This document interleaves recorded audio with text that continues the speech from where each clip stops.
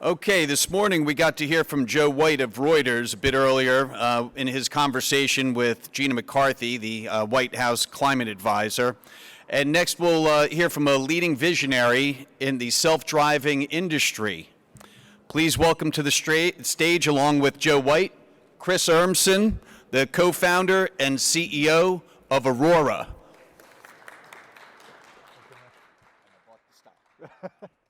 Excellent. Wow, there's a lot of chairs for the two of us. Yeah, there's a lot of chairs. Yeah, I think this is good. I'll sit here, you sit there. That work? That works. And I'll try to take, did it again. Try to take that off gracefully. It didn't work. Yeah. Hello, everyone. And Chris, thanks for making the time to be here. Oh, pleasure. Thanks for having me. I'm going to get out a watch because we're supposed to be done at some point. There we go. I think we're done at round 3. So this is, we were just talking earlier. This is, I was going to say, or in a minute and 40. well, we can look at that. There we go. You know, the digital display that I can almost see. Your company's been through a lot in the last In a good way. 18 months, in a good way. And I think it'll actually help everyone listening if you can kind of summarize a little bit of what you're doing, which will give some foundation for the questions I want to ask you about where you go next and kind of what Washington may or may not have to do with that. But tell us a little bit about where Aurora is right now and some of the things that have been happening with your company. Yeah, so our company, Aurora, it's about 5 years old. Our mission is to deliver the benefits of self-driving technology safely, quickly, and broadly. And we're building the Aurora Driver, which is the ability for vehicles to drive safely from one place to another, whether they're big Class 8 tractor trailers or light vehicles, commercial or personal mobility. We're about 1,600 people. We're in 8 cities in 7 states, and we've been at this for a while. Last year was a heck of a year for us. We began the year by acquiring Uber's self-driving car business. And so we have those amazing people, that amazing partnership, some awesome technology that we brought into the company, and we've been integrating over the last year. We put in place partnerships with leaders throughout the automotive space. We're partnered with PACCAR, who makes Kenworth and Peterbilt trucks. We're partnered with Volvo Trucks. We're partnered with Toyota. We're partnered with FedEx. We're partnered with Uber Freight. And we're partnered, of course, with Uber proper. And so if you think about that, it's the world's leading car manufacturer, the world's leading ride-hailing platform, the largest carrier in the U.S. by tractor or trailer count, and 2 of the top 3 truck manufacturers in the U.S. that make about half of the trucks produced in the U.S. So it was, and then we went public as well. So it was a busy year, but pretty incredible for us. So you've got pilots going in different parts of the country for the commercial trucking, and you've obviously got our work going on with the eventual robo-taxi service. What needs to be accomplished to have products ready for commercial launch in 2023 and 2024, which are sort of the milestones you've set? I mean, how far are you technically from being ready to go, and what are some of the hurdles? I mean, you don't have to list all of them. Sure. Because then we're going to get to sort of the regulatory side of this, but I think the technical side would be good to understand first. So for the first 4.5 years of the company, it was really about building the technology foundation. So whether that's the machine learning aspects for understanding the world around the vehicle or how we apply that to the motion of the vehicle, developing our frequency modulated continuous wave LiDAR, which is FirstLight, which allows us to see long distances, allows us to measure velocity directly of other objects. So that was the first period of time. Between last year and launch, it'll really be about taking that foundational technology and translating that into a product and getting that out into the world. And as we look at the kind of the way to think about that progress, we think about it really on 4 fronts. We think about the commercial learning we do with pilots like we're doing with FedEx. So today we're out there on the road pulling loads for FedEx and Uber Freight and soon to be other partners. So we're excited about that and what we learned from how these vehicles have to actually be out there doing things usefully. We think about the progress we're making with our manufacturing partners, our vehicle partners, and the work they have to do to take their base platforms and produce vehicles that have the redundancy, whether it's steering power or whatnot. And so the progress we're making through that with those partners is exciting. We think about the technological progress. So today our vehicles do most of the driving tasks, but dealing with rare things like debris in the road and how do we maneuver around that, or emergency vehicles actively operating on the roadways, how do we engage with those? Those are a couple areas that we're continuing to push on, among others. And then most importantly, though, is the work we do in closing a safety case. So Aurora last year published the first safety case framework that encapsulates both light vehicles and heavy-duty trucks. And for those of you not familiar with a safety case, this is really, you can think of it as a structured, formal argument as to why a vehicle or why a technology is safe enough to be out in the world. And we've shared that on our website, and this is the framework we'll be populating. And through that, we have a series of claims we make, and then underneath those will be the evidence that backs those claims. And so over the next 2 years, it's really about building up the evidence that shows that fundamentally when the vehicle's operating, everything's working well, that it behaves in a way that's safe, that when something breaks, that we're able to identify the thing that broke and mitigate the risk that results from that. And then finally, a collection of things around the way we operate the business, that we have a just culture where if someone sees a safety issue, they can raise it. They won't be damaged for that, right? That we'll respond to it, that the business will improve over time. And that we have the operating rules in place so that we respond to things and we limit where our vehicles operate into domains that we know them to be safe in. So I definitely want to draw you out some on this safety case issue. I've tried to read it and I don't have enough engineering skill, even though it's written fairly clearly. But I have sort of a series of questions that kind of come down to sort of who should sort of be the arbiter of whether what you're doing is good enough or not. I mean, for instance, you talk about in the safety case that you assure that the system has, or the truck, for instance, has adequate fail-safe systems, which is a completely reasonable idea. My question is, who should be deciding that Aurora's fail-safe systems are adequate, or one of your another company in the space has adequate? Who defines adequate? Do you think? And so in the U.S., the way the regulatory framework works is that companies, have the flexibility to do this themselves. That there's a set of acceptance criteria that show up in things like the Federal Motor Vehicle Safety Standards that kind of define a bounding set that you have to say, yep, I meet those requirements. And then generally companies raise the bar beyond that. And so that's consistent with the way the U.S. is operated. Now, of course, in Europe, there's a different regime, and this is a type approval regime.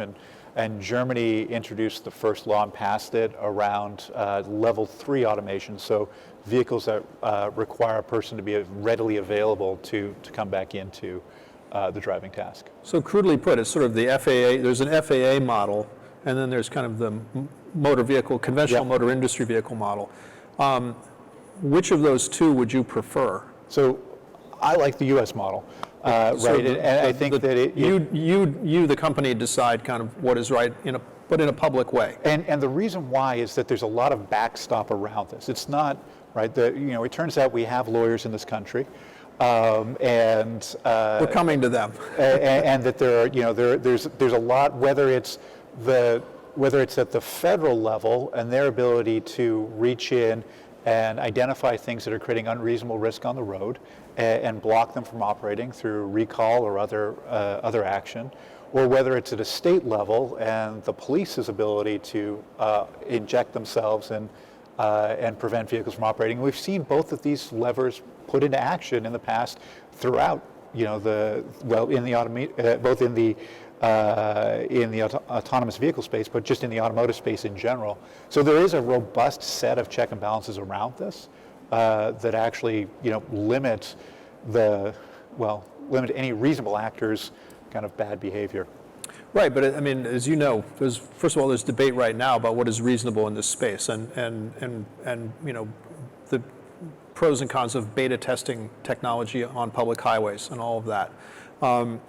So I guess I'm wondering whether, as you look at the environment, and yes, you're right, there are absolutely trial lawyers who are prepared to take after you if you don't do it right. But as you look at your industry, is it better to have a regulatory framework, or are you comfortable sort of launching into essentially a regulatory void? So I think what we really would like is certainty over the long term, right? And I think that as we have approached this space, we've tried to be a leader in safety, whether it's things like publishing our safety case framework and explaining why and how we're going to convince ourselves that the vehicle is safe, to putting in place safety management systems. So this is processes that airlines and other industries use that install in the organization a safety mindset, wrapping that, as part of that is a safety culture and tracking this. And we've been working our best to try and help educate others in the industry about these best practices and try to spread it. I think early on, having the flexibility to explore in the space, I think this is one of the things that has led to innovation in the US ahead of other places in the world, is that flexibility. But providing kind of guardrails is helpful. The federal government. At a federal level where it can become standard, because today what we have is a number of different regulations across the 50 US states. They're generally encouraging of the technology coming to market, but they vary. And so the more consistency there is, the more opportunity there will be for the U.S. to benefit from the safety advantages, from the efficiency advantages, the access and equitability or equity attributes of the technology. I was going to ask you, because right now, I mean, you have a patchwork, essentially a patchwork. Yeah. If you don't like that word, use another one. That's a good word. Okay, patchwork of regulations, and my understanding is that you can't. I mean, that someone, if your company or anybody else, cannot run an automated truck driver-free from the Port of LA to, let's say, Houston or Jacksonville. These coast-to-coast routes are not available to you. Is that right? That's correct, right? And in many states we could operate it. California in particular is one where California put in place the first regulations, but they bifurcated between light vehicles and heavy vehicles. And they had a mandate to put in place regulations for heavy vehicles, but haven't executed on that yet. And as we look at the Port of Los Angeles and the supply chain challenges that we see, there's a real urgency for this technology, right? We've had a shortage of drivers for decades. It's up to something like 80,000 drivers that we're short, going to be 180,000 by the end of the decade, because this is difficult, tough work that keeps you away from your family. And this is a technology that can come in and have a huge impact. And California is such an important part of the U.S. supply chain and logistics base that not having this technology in market in that state is a problem for the country. Is that something you're able to work on at this point, or? So we certainly are encouraging California to take action and follow through on the mandate that they have. So if you're, well, let me ask you another question sort of goes to definitions and then come back to this. Sure. So again, I was looking at your safety framework, and there's a statement in there that one of the important things to do is to show that the rate of failure of the system is reasonably low. Yep. And the question I had when I was reading this was, okay, especially in terms of like accidents and bad things, very bad things happening, what is reasonable? I mean, do you feel like reasonable is a lower rate of accidents or than a human driver? Well, human drivers, that record is pretty clear. Those are knowable numbers. Does it have to be lower than that? Does it have to be zero? What would you say if a regulator asked you that question? Yeah, so I think the way that regulators look at this and their mandate, like NHTSA's mandate, is to prevent there being unreasonable risk on the U.S. roadways. Mm-hmm. And that's where that language kind of comes from. And clearly we can't have no risk. That if any of us want no risk in the vehicle they're driving, you wrap it in bubble wrap and park it in your garage. Right? That's the no risk option for your vehicle, and we've decided as a society that that's not acceptable, that we value being able to get from one place to another more quickly than we can walk, or bicycle, I suppose. And so we're willing to accept some risk there. I think just academically, the bar is really, are we as good as people, right? If the failure rate is no worse, then that is not creating any more unreasonable risk, because we've as a society accepted that risk. Now, as a company, we'll ultimately want to be better than that, right? That's one of the huge opportunities we see, is that this technology will continue to improve, right? Humans are not going to continue to improve in their quality of driving, but this technology will be able to learn. And there's a lot of like intrinsic properties of the technology that mean it has the opportunity to be better, right? The fact that it doesn't really care how the Warriors did last night, and it's not going to get distracted thinking about that when driving, right? It's not going to feel an unreasonable sense of urgency to get somewhere and speed. It's not going to have an extra drink at dinner and then have to drive home, right? It's going to be able to look in all directions because it has the sensors to do that in a way that people are limited to looking in front of them. And so those, it doesn't get tired, right? All of those things mean that there's an opportunity to exceed human performance. And the fact that we will share the experience between the fleet of vehicles means that, if I have a bad day driving, I might learn a lesson from that, but it's very difficult for you to learn that lesson. Whereas all of the vehicles will benefit from the improvements that any one of them gains. Can I pick up on that? Because, and again, if I'm wrong about this, I know you'll correct me. But I doubt you're wrong. Let's see. Okay. So in the airline industry, my understanding is that airlines through the FAA share a great deal of information about problems that they have, issues that they encounter, safety risks. Obviously, when there's a crash, there's a whole process around understanding why a crash happened, right? But there's a lot of intercompany sharing of data and information, so that safety is not a competitive issue, right? They don't compete on safety, or they shouldn't. Yep. What do you think of that for your industry, or is that or do you see no? It has to be a competitive issue because you, Aurora, feel like you're going to do a better job of this than one of your competitors. I think there are elements that are competitive and elements that are not. So, for example, we have been, I think, leading the industry in talking to folks about how to implement safety management systems. Right, we've helped organize events around this, and we've shared our lessons and best practices, and we've been trying to push the industry towards this because we think it's important, right? It's part of doing this well. I think there's other parts where we are so some of the data we have around how our perception system works, it's really important for us, but because we're using our proprietary LiDAR, because we're using a different configuration of sensors, it's not actually that transferable to others.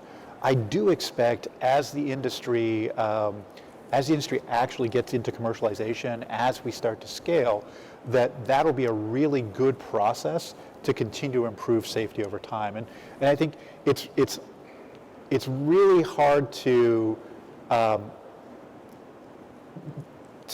of acknowledge the varying states of these industries, or kind of keep in mind the varying states. Like, I have to imagine. And I haven't researched this, so please, if someone knows I'm factually incorrect on this, but I don't think I am, right? When the first airplanes were flying, there wasn't an FAA. No, there wasn't an right? FAA. And there wasn't kind of a sharing of. And there was no NHTSA when Henry Ford started up the Model T production line. And so this is, you think about a maturity over time of processes, right? In the same way that if you have a startup, you don't run it the same way that, say, IBM runs today. You run it in a very different way, but over time, if you're successful, you get to grow to a point where you operate in that way. I think the industry will have to mature over time, and that I absolutely do believe that sharing near-miss data and some of that will be super interesting. And you've seen this even relatively recently in the automotive space, where there's more sharing of lessons learned, but it certainly didn't start that way 100 years ago. No, but we know that now, right? Yes. We know that what the consequences were of having not having a safety regime in the early years of the auto industry, and why repeat? Well, that, right? we actually don't, because it's kind of hard to not kind of pursue or to understand what the contrapositive was, right? So, if we had the level of structure in the industry in 1918, would you actually have been able to, would there have been a Model T, right? And would it even have made sense given that there were no there was a very small number of cars being produced? Right. Well, the horse and buggy lobby would have, and I think did. Well, let's come back to the present, away from the early 1900s. So where are you in the process? And I guess when I say you, I mean Aurora, but maybe you want to talk about the industry. But Where are you in the process of engaging with federal regulators? Yeah. And maybe talk about some of the hurdles, be they small or large, that you feel like you have to get over in those discussions to get where you'd like to be. No, so one of the things I've believed for the last decade is that the folks that go and work in government do it because they care about the country, and they're trying to make the world better fundamentally. I don't know if that's too idealistic, but that's my mental model of our friends in government. And so when I was back at Google running that program, we did something that was very Silicon Valley-ish, in that we went and spent time with the federal government and helped them understand what we were doing, and helped them understand the opportunities we saw, the challenges we saw, and kept them apprised of where we were. And founding Aurora, that was one of the things that I thought was really important, is I see the federal government, I see the state government, I see our local government friends as partners in this, right? We're working on a technology that is so foundational and so valuable and important to society that we need to help them understand it, because they're dealing with all these other things. We get to focus on this thing. Let's help share with them our understanding of it. And so I think that's gone well. I think the government is being thoughtful about this. I do think that there's this is a technology that is real. It's really close to being here, and that there is need for us to be paying attention to it from a policymaking point of view. Yeah, I mean, my understanding is that sometimes it can take multiple years. Not my understanding. I know for a fact it can take multiple years for NHTSA to adopt through the formal processes a rule. And it's something as comprehensive as perhaps the automated vehicle industry, trucking and robotaxi would need. It seems like you should have been working, or maybe not you, but they should have been working on this some time ago. And again, I think there's this balance. I think that they actually have been taking reasonable steps with their AV guidance, because this is it's hard to regulate something when it doesn't exist. You can't see it. Well, yeah, and it's not just can't see it, right? It's like we don't really know the form of it. Like, we have a fairly strong view on exactly how this technology is going to materialize, how it's going to come to market, but when you're regulating a hypothetical, it's hard. But I think we need to be putting in place the frameworks and support that enable this to come into market, and then refine those over time. So, just sort of lightning round kind of questions. My understanding is that that's for trucking. Let's just talk about trucking.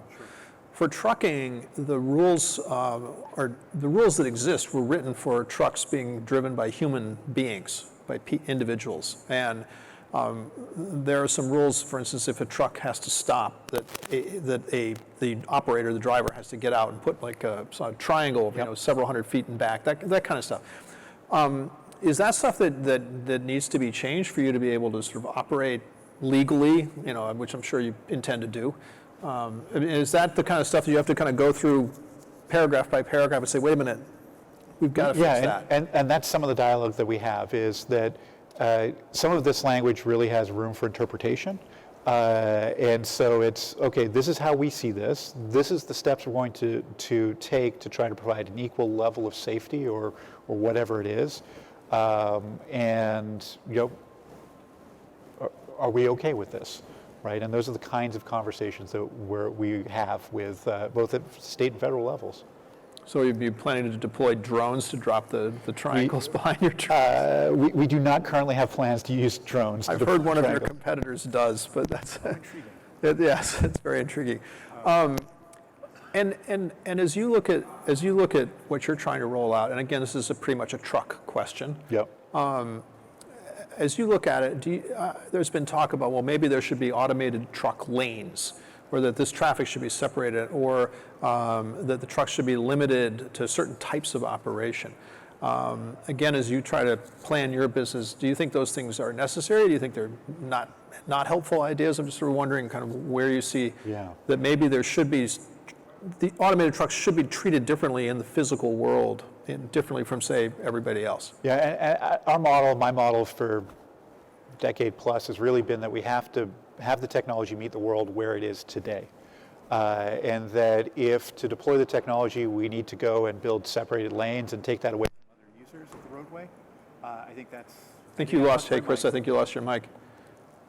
I think I lost my mic. Yeah, there's a wire somewhere. Oh, it's over here on the belt pack, maybe. Oh, yeah. Thank you. There you go. I'm going to turn this other one off just in the interest of not blowing up the sound system. I think that again, this is one of those things where you have to meet the world where it is, and that perhaps over time, again, we will evolve the road infrastructure because we see value in doing so. In the same way, we didn't say, okay, we're going to build the Model T. That means we have to build the highway system. Right, where Model T goes out and it gets stuck in the road in the mud a lot. Enough people have it. They're like, "Hey, we should really pave more of these roads. That's valuable to us." And so I think that the same thing should happen with AV over time. So basically, operate in the world as it is. Operate as it is, and then as a society, as we see benefit in making changes because it's valuable, because it's important to people, then we'll make those changes. Last question, and yeah, we have a minute and a half. Maybe I should have asked this first. Talk a little bit more about the demand you see from sort of the business-to-business freight hauling industry versus kind of how you see the robo-taxi market developing. Because this conversation started some years ago with robo-taxis and people, and it very much seems like it's pivoted to goods and trucking. So explain that a little bit and how you see that evolving. So for Aurora, we're building a driver that works both for light vehicles and big trucks. We're going to bring a product in market to trucking first. And we're doing this for a variety of reasons. So one is we see this massive shortage of drivers today. So 80,000, 180,000 by the end of the decade, right? There's just a need to help the supply chain, help the economy there. And so that's important. We think about the complexity of the environment and the scalability. So people who say driving at low speeds is harder than high speeds or high speeds is harder than low speeds, they're wrong. They're both hard. They're just hard in different ways. They're comparably hard. But what's different is that the freeway system is much more self-similar than the urban driving network. And what I mean by that is if you look at a mile of freeway in Texas, you go look at a mile of freeway in Minnesota, you go look at a mile of freeway in California, they're basically all the same. The traffic behaves very similarly across all of them. If instead I pick an intersection in San Francisco and I go 5 blocks away from that, it's different people, it's different behavior, it's different geometry, and it's different infrastructure, right? And so it's much more complicated to scale that business. It's a technological scaling as opposed to an operational scaling. And so as we think about building a business, we see real value in building that business. One that can be operationally scaled relatively easily, or comparatively easily, let me say. And then we think about the economic impact, or the economic opportunity, right? We are a business at the end of the day, and we value driving trucks more than we value driving light vehicles, almost 3 to 1. And so as we think about introducing the technology, introducing it in a place where we have a competitive advantage with our LiDAR, with our approach to the technology, where we see an economic opportunity, a social benefit, where we see all of that lining up. Trucking is the right first place to go, but then we will follow that with, with technology and driving vehicles in the light vehicle space as well. Chris Urmson, thank you so much. We're at our time. Really appreciate it. Fascinating. Thanks. Look forward to more. Yep. Go that way. Okay. Thank you very much, Chris and Joe. That was incredible. Thanks for the insight. And by the way, years ago, we had another company that did pretty well with their stock here at Mobility Talks. It was called NVIDIA. I didn't buy any. I'm going to buy a little bit more of Aurora after hearing that. Okay, next, while Secretary Pete Buttigieg could unfortunately not join us today in person, he really wanted to send a message, and we're going to hear a few remarks from him. So if we roll the tape, ladies and gentlemen, the Secretary of Transportation, Pete Buttigieg. Thank you, President O'Donnell, for that introduction, and thank you to WANADA for inviting me to speak with you today. For over a century now, this organization has been an important voice in the automotive industry, and I can think of no better venue to discuss the future of that industry than this Washington Auto Show. Every year, this event offers us a glimpse of that future. It shows us how our cars and our roadways can become safer, cleaner, and more sophisticated. And This gathering convenes public policy experts to discuss the important role that government and all of you in the private sector can play in shaping that future. This is an exciting time to work in transportation, thanks to President Biden's historic bipartisan infrastructure law signed in November, something we are already working in my department to implement. That law contains generational levels of investment in roads, bridges, ports, airports, transit, rail, bike and pedestrian infrastructure, and so much more. It also makes historic investments in roadway safety at a time when crashes and fatalities are on the rise. Soon, our department will be releasing our first ever National Roadway Safety Strategy, and we will be counting on your continued partnership to address this urgent and preventable crisis of injury and death on our roadways. And of particular interest to this audience, the infrastructure law, of course, also funds a nationwide network of electric vehicle chargers. You know better than anyone that the market is already heading in the direction of EVs.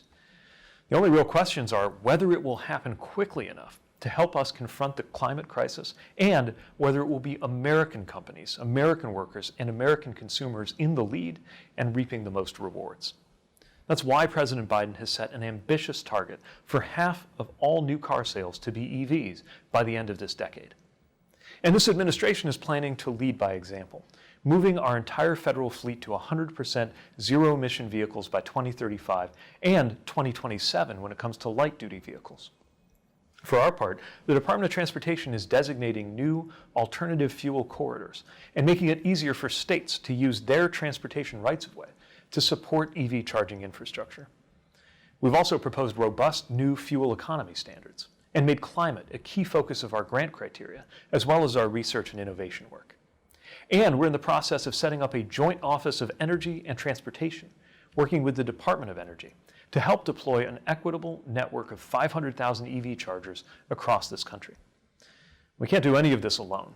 We need partnership from automakers and support from dealers who understand your communities and are so well positioned to make sure that new car buyers understand the benefits of going electric.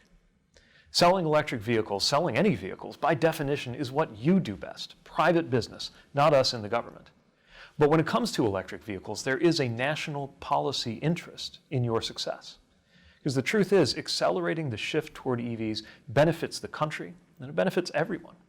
It benefits drivers who can save money on gas, especially in rural areas where people drive the longest distances. It benefits automakers who want to establish stronger domestic supply chains and better compete with foreign-made EVs. And it benefits workers who can get good, middle-class jobs right here on American soil. Today marks 1 year since President Biden took office. And in that year, we have passed urgently needed legislation, like the American Rescue Plan and the bipartisan infrastructure law. We've pushed for the Build Back Better Act as well, which makes historic investments in healthcare, childcare, and our climate, and does even more to encourage the adoption of American-made electric vehicles. We've worked to advance voting rights legislation to protect our democracy itself. And along the way, we have helped create more jobs than any previous year in American history. It's been a busy year, but I'm even more enthusiastic about what the years ahead can bring. Here at the Washington Auto Show, so many people are also thinking about the future. They're thinking about their own future, considering major financial decisions like buying their family's next car. They're thinking about the advancement of cleaner, safer technology, and they're wondering what it could mean for their children's futures. And as they and we consider what lies ahead, I'm grateful for the work that you do to help drive that future, and for your continued partnership as we work to create a safer, cleaner, modern transportation system for everyone. Thank you, and enjoy the rest of this event.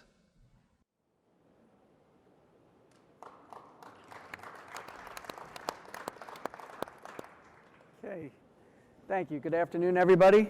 I am Kevin Tynan, Director of Automotive Research for Bloomberg Intelligence, which is a division of Bloomberg LP.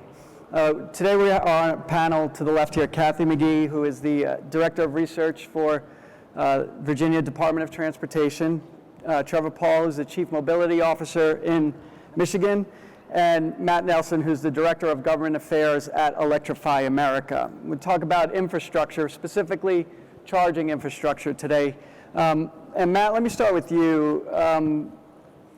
Talk about charging infrastructure. where we're at, where you want to go, and the importance of that to the adoption of electrification or electric vehicles, and I'm talking pure battery electrics and plug-in hybrids, all down the line here. How do we get to where our adoption rates are comparable to where they are, say, in Europe or even in China?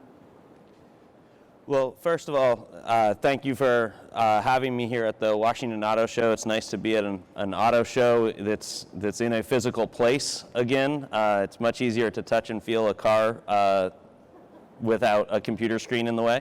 So it's a pleasure to be here.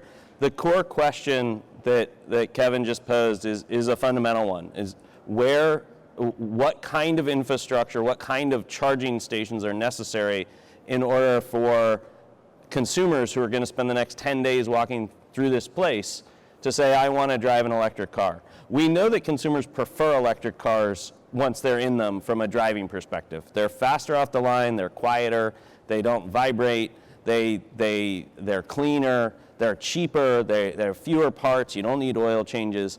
But this infrastructure problem is a huge issue. No one in their life has thought to themselves, where am I going to get gas? It's just there. And we need to get to that point in the charging industry. We're not there now. What we need, from our perspective, what we need are three things. One is ultra-fast charging. So the next generation of charging, which our company calls ultra-fast charging, is 350 kilowatt charging. It's capable of adding 20 miles of range to a car in 1 minute. Where we were 10 years ago is 20 miles of range in 1 hour was very impressive. So we're now at 20 miles of range per minute. That's a game changer. That's a normal stop at a highway truck stop. You pull in, you plug in, you go inside, you get a cup of coffee, you walk out, and your car is charged. The second thing is we need to be reliable. So again, no one has ever thought to themselves on the way to grandma's house on the weekend, I wonder if the gas station will work. But J.D. Power and Associates just surveyed EV drivers. That's their number one concern. They don't know if the stations will work. We need to be as reliable as a gas pump. A charging station is much more complicated. It's basically a networked computer system. It operates on Windows. And so it needs to be as reliable as other IT systems that we have come to rely on as a society.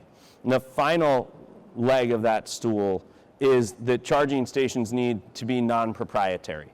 So from our perspective, there are 31 different brands of automakers today that all use one non-proprietary standard today. And we think that is a massive step in the right direction. It means that if you buy a Hyundai, you can use the same station as your spouse who buys a Kia. And you don't have to think, oh shoot, I have the wrong car today, I went to the wrong station.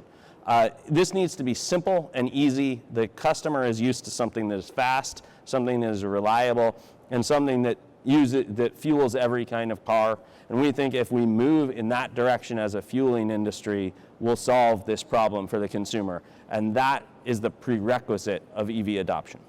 I want you to know, in New Jersey, we're not allowed to pump our own gas, and I time my gas stops, and because I think it's funny, and 2 minutes and 40 seconds, I go from 40 miles of range to 340 miles of range.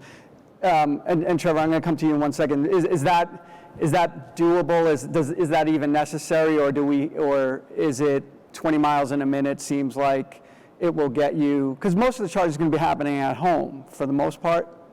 80% of charging happens at home, which means that the average consumer is only going to go to a public station once out of 5 times that they go to a gas station. How about apartments and? So that's about 50% of all cars today, according to the latest research out of Department of Energy, don't have access to electricity at night. So they're either parked on the street, right, or they're parked in an MUD, a multi-unit dwelling, an apartment, right, or a condo. For those, we need a public network. It's a huge equity issue. Right. If we only have charging for people that live in single-family homes that they own, we're creating an entire new equity issue that's never existed before. Right. So public charging solves for that. But for folks that charge on the road, in general, along a highway corridor, your stops are in the 10 to 15 minute range, because you do stop after you've been in the car for 3 hours. Sure. You do use the restroom, you do get a cup of coffee, you do get a candy bar. And so that 2 minutes and 45 seconds stretches to 40, 2 minutes and 40 seconds. That stretches to 10 minutes. Right. And we think we don't know if we can get to the gas station speed, but we can get to the experience at that 10 to 15 minute level. Right, thanks. Charlie, let me ask you, I feel like you're in a unique position. So Michigan is 13% of North America new vehicle production every year, up 24% in 2021, which, congratulations. 2020 was an easy comp, but, and a very, very large percentage of those are internal combustion vehicles. So from your seat, where does the motivation come for our domestic legacy automakers to move in that direction if they're not seeing necessarily the profitability where the infrastructure funded privately or by the government, the tax credits go to the consumer, yet if I'm a manufacturer and I look at my P&L and that doesn't look so good for me, I just kind of back off the production. So from where you sit, how do you sort of rationalize that or get that to where automakers actually want to produce the vehicles? Yeah, it's a really good question. Right now, Michigan has 96 of the top 100 global automotive companies. Right. We have like 22 OEMs. So people think Detroit 3, actually there's 22. Right. And I'll give you a stat recently by the Center for Automotive Research that said about 300 companies in Michigan or 45,000 workers are going to be impacted from the transition from internal combustion engines to electric vehicles. Right. 60% in a negative way. Mm-hmm. So my answer to you is workforce. Right. We need to make sure that as these automakers make the transition, the talent is there. And the on-ramps are there for those that want to get in the industry. Well, I think, yeah, an EV tax credit is a valuable tool. I also think the state needs to create the education infrastructure, the talent infrastructure, the training academies, which actually we just rolled out an electric vehicle jobs academy in Michigan. But I think that needs to also extend into autonomous, connected, shared. So I mean that, and also like making sure that it's a consistent experience. If you want to take your car from Detroit to Minneapolis or wherever, that when you cross the state line, there's consistent charging infrastructure. So yeah, the feds, Electrify America, we're going to get our charging infrastructure, but the truth is it needs to be consistent. It needs to be a good experience. There needs to be a good policy framework. Right. So we recently entered into a 5-state MOU with Minnesota, Wisconsin, Indiana, Illinois, bipartisan, to begin to establish best practices and create that sort of regulatory right-of-way for these automakers to sell vehicles. Right. And for people to feel like they don't need to have range anxiety. Right. So. Well, I feel like, range anxiety is interesting, and I keep, and maybe it's my finance background, I keep looking at it from the manufacturer's perspective of saying, you're going to motivate an automaker to build more EVs. One, if it's profitable. Two, if the government, say, similar to what we've seen in Europe, punishes for not doing it. Or in China, where you see the government subsidizing not only the manufacturer, but also the consumer. Here, we seem to be a little bit more free market to where we're going to let the companies build what they want, not really punish them for not doing it. So now it comes to the P&L that says, okay, when that's profitable, I'll do it. Because I think, the General Motors or Fords of the world, if there were money to be made in those hills. So two other things, because I know you need to get a chance to talk. No, you go. I've been going on for too long. So I think in terms of like economic development, as we're seeing these battery plant investments, this ramp up, right? States need to come to the table with tools, incentives. And so Michigan just passed $1 billion incentive program to make us way more competitive. Right. And then you think about R&D tax credits. I mean, I know it can be a controversial issue, but there's got to be a right way to do that to stimulate innovation. So those are two other policy tools I think that states can seriously consider. Kathy, Trevor mentioned on AV, and I know it's largely an EV discussion, but and a lot of people look at that as sort of like clean sheet. If you're going to get to autonomous, that electrification is sort of part of the package. where are you on sort of the balance between subsidizing the infrastructure, subsidizing the consumer, and where the manufacturer gets motivated to do this? On AVs? Well, mostly EVs. EVs. Mostly EVs. EVs. Well, so since you opened the door, I'm going to start with the AV piece because I think that's, it's really an interesting conversation whether you have to talk about AVs and EVs together or whether you can talk about them separately. But either way, we have the same sort of challenges, I think, as a state DOT talking to auto manufacturers, whether it's AVs or EVs, and whether or not as a state DOT we'll do our part on the infrastructure side to support the technology, whether it's AV or EV. It's hard, right? I mean, states have a lot to manage, and so one more piece of infrastructure can be challenging. But I think the benefits are there for both AVs and EVs to encourage states to do what it is necessary, either through charging infrastructure or communications infrastructure in the case of the AVs, to really make the case to the private sector, to the OEMs, that we're here to play and we're very serious about it. I think the safety benefits on the AV side, and the environmental benefits on the EV side far outweigh any challenges that we might have. Yeah, and I think if Trevor made a really good point about, and I've felt this for a while, that the transition as a manufacturer to electrification and fewer moving parts, and whether or not, I guess we don't have a big enough sample size, whether those vehicles live longer, and 12 years is the average age, that there's a lot of manufacturers, to the study as you cited, Trevor, is that feel like they would be much smaller enterprises by building electric vehicles, right? And so maybe, that's where hey, we'll go EV by 2035. By 2030, we're planning this. And that move in our country here has been much slower than it has been around the world, because those automakers are sort of trying to figure out what they look like in a world where there's not so many models, right? And it's production is easier. Skateboard, body, out the door.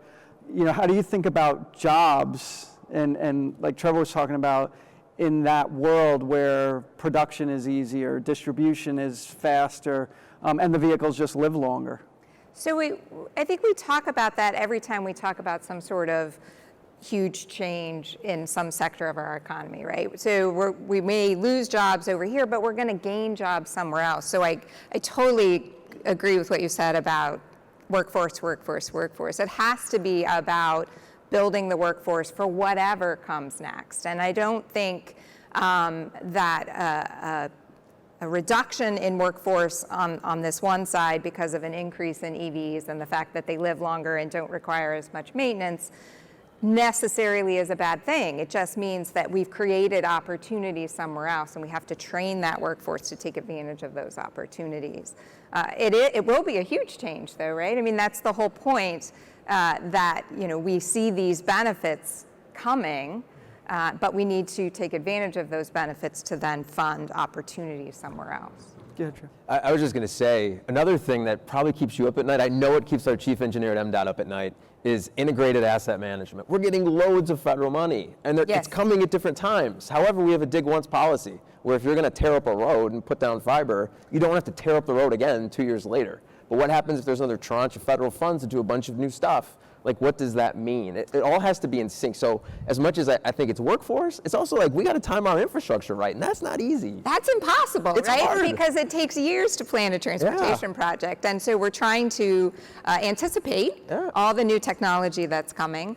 We talked about the dig once policy. Let's put conduit everywhere. Anytime you open the road, put conduit in. But is that really the right approach? Or, is there something else we need to be doing? And I think a lot of us are spending a lot of time thinking about that and what it means for the future of transportation. So Matt, is there, within that scope, I mean, is there somewhere, is there an infrastructure or a charging infrastructure level that you see that says, like, okay, now adoption increases, what's that timeline look like? What's that number look like? And you probably know gas stations in the U.S., 20,000 Oh, way more. Is it? Way more gas stations than that.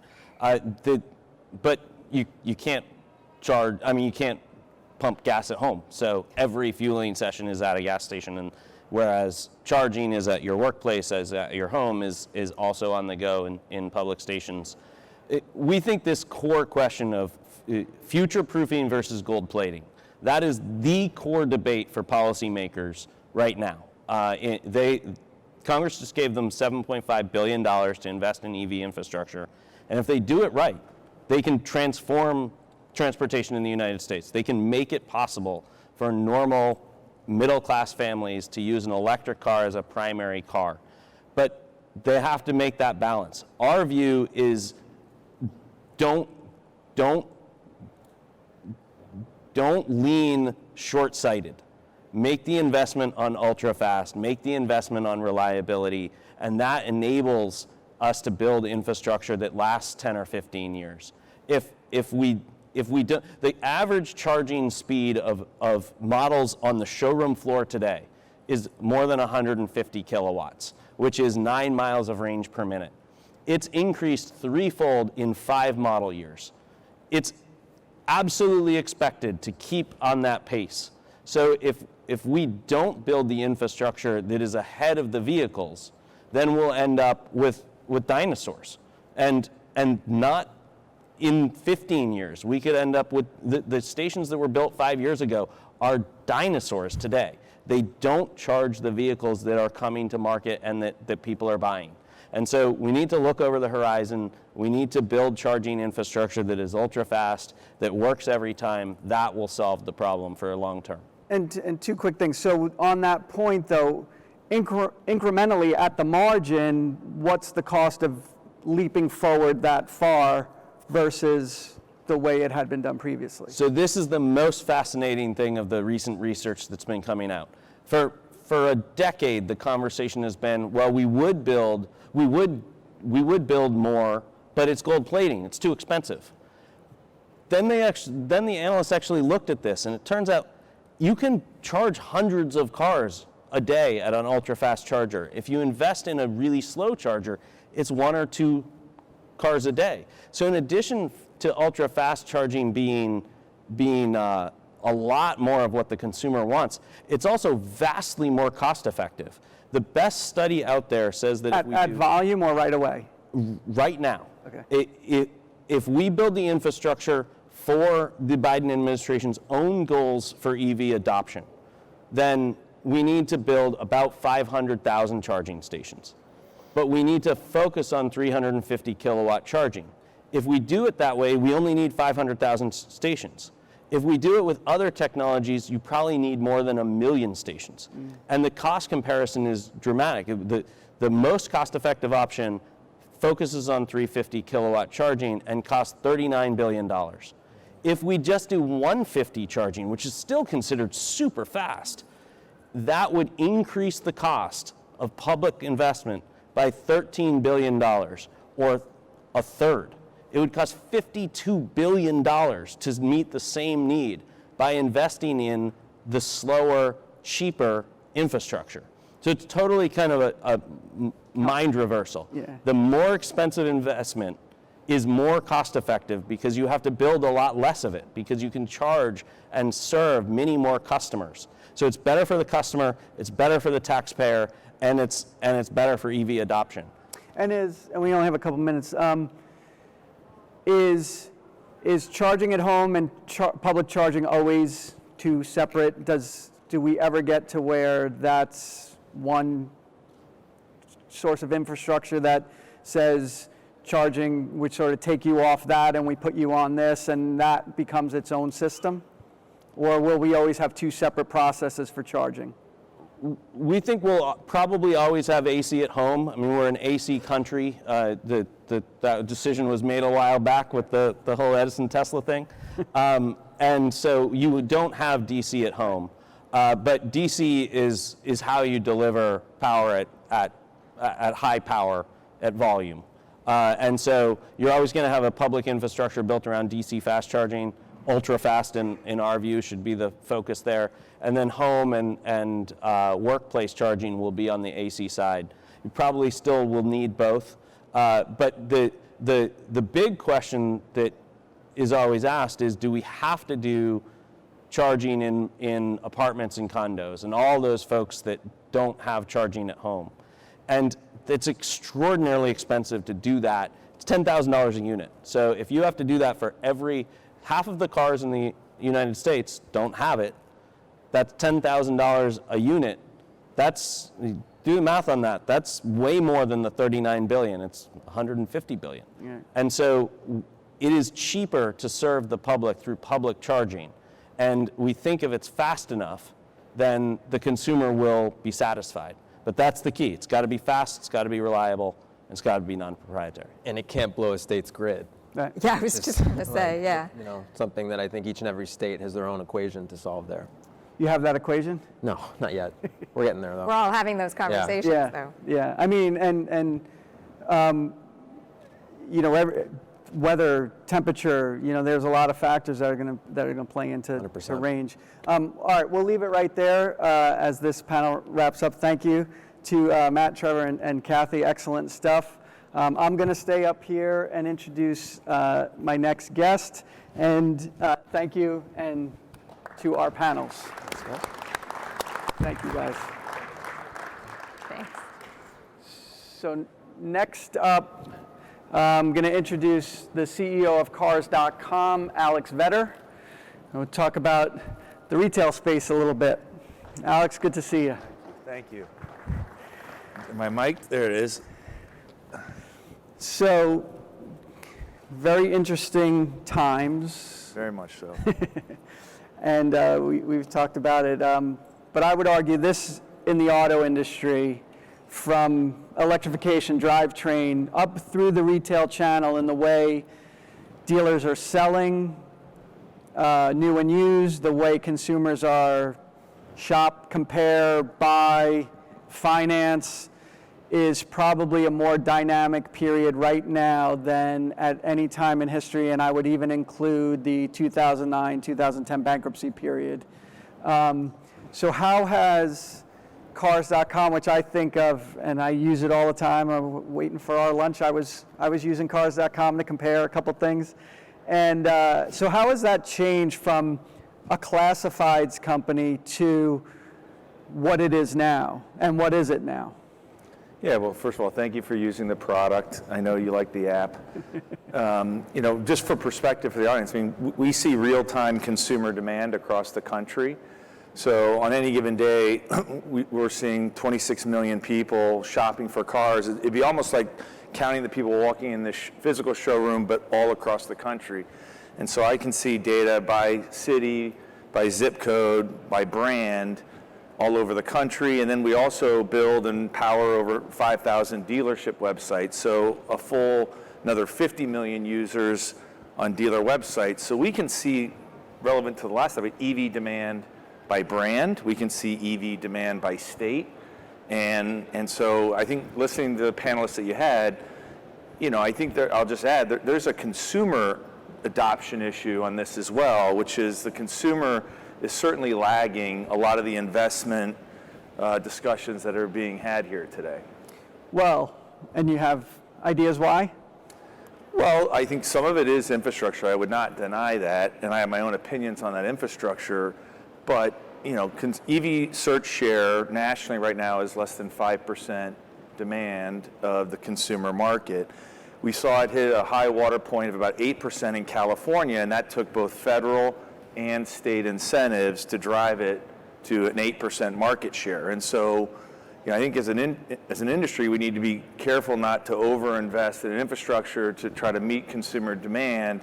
I think this is going to be a slower transition than some of the people who are trying to fund this infrastructure. If California is 8%, what's next closest? It's probably a significant. I want to say actually Colorado had a decent uptick. That may have been the fastest growing market, and that's also now because there's a lot more truck search share for EV trucks, Right. which is exciting. Right. And again, we're pulling hard for EV growth, but the infrastructure question to me is that, you know, there's a dealer network that exists today that's locally entrenched, well connected to the consumer, and that infrastructure are people's homes. And if there's going to be infrastructure investments to grow EV, the dealer model we think is the right approach to outfitting this country for the shift to EV adoption. Sure, and we'll touch on EV companies selling or trying to sell directly and what that means going forward. And I'm of the opinion, and I touched on it in the previous panel, that really the tipping point for me for EV comes when the manufacturers are beyond, and I don't hate to use the term compliance vehicles, but there's a drive for profitability, or like I said, the government is penalizing for not doing it. But one of the places where that tipping point can come faster is in pickup trucks. So what I've been saying is, if Tesla, for example, is building Model S, maybe Mercedes S-Class cares. Building Model 3, maybe BMW 3 Series cares. But trucks. But when you show Cybertruck or Rivian comes out, even though it's not the same size, now our domestic guys are going, okay, wait a second, that's by retail revenue in the US, that is the segment that we dominate. It's revenue and profit contribution is the most important segment we have, so that's where we're going to defend, and that's why there's F-150 Lightning out here and Silverado EV are over there, because that's the segment that you can't mess around with. By the way, we do own pickuptrucks.com too, so true statement. You absolutely are right in that. That's bread and butter for domestic car companies. So talk about and I was just out in Las Vegas at CES, and it seemed that, every Tom, Dick, and Harry had an EV to show out there, including Sony. We've heard about Alphabet and Google. VinFast was out there, Indie EV, a lot of these little companies.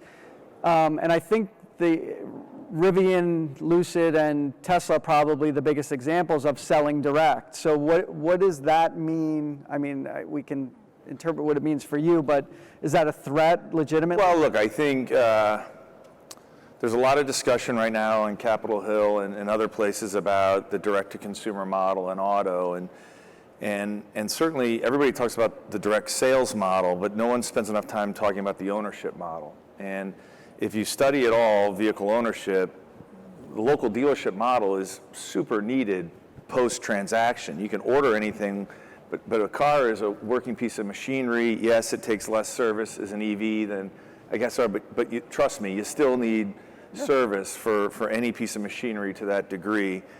And so, we're watching the upstart direct-to-consumer models start to now try to figure out a retail showroom model, a retail service model.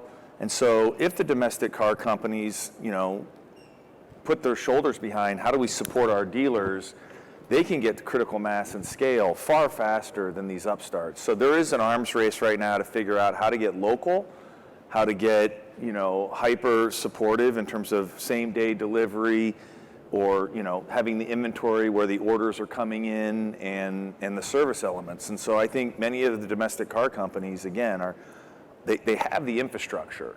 They've just got to invest in supporting that infrastructure to make it happen faster.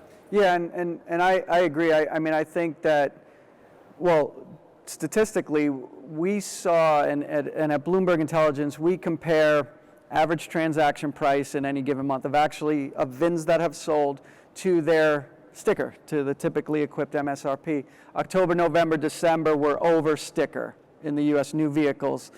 First time ever, 3 months in a row, it's incredible. It's about 1%. And that difference for the consumer is, that number was about 6.5% on average, call it from 2015 to 2019, to the end of 2019.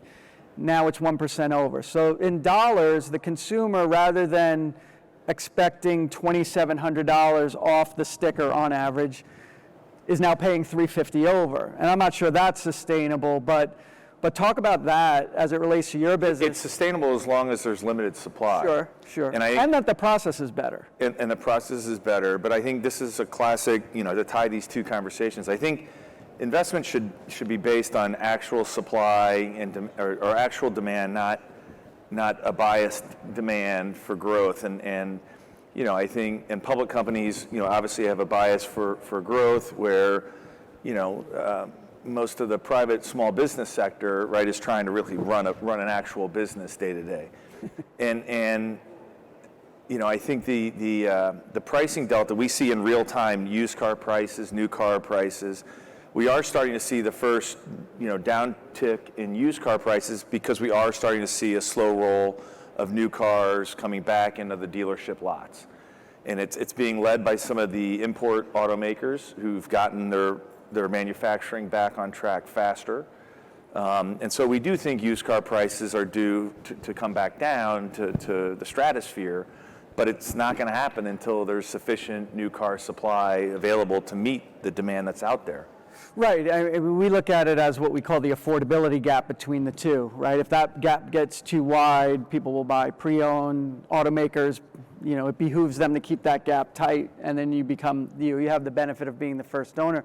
I feel like on the used vehicle side, right, we looking at lease penetration, which I know is not necessarily your specialty, but you know, this had been a market, U.S., that was roughly 17 million vehicles at 30% lease penetration, with the average term being 3 years.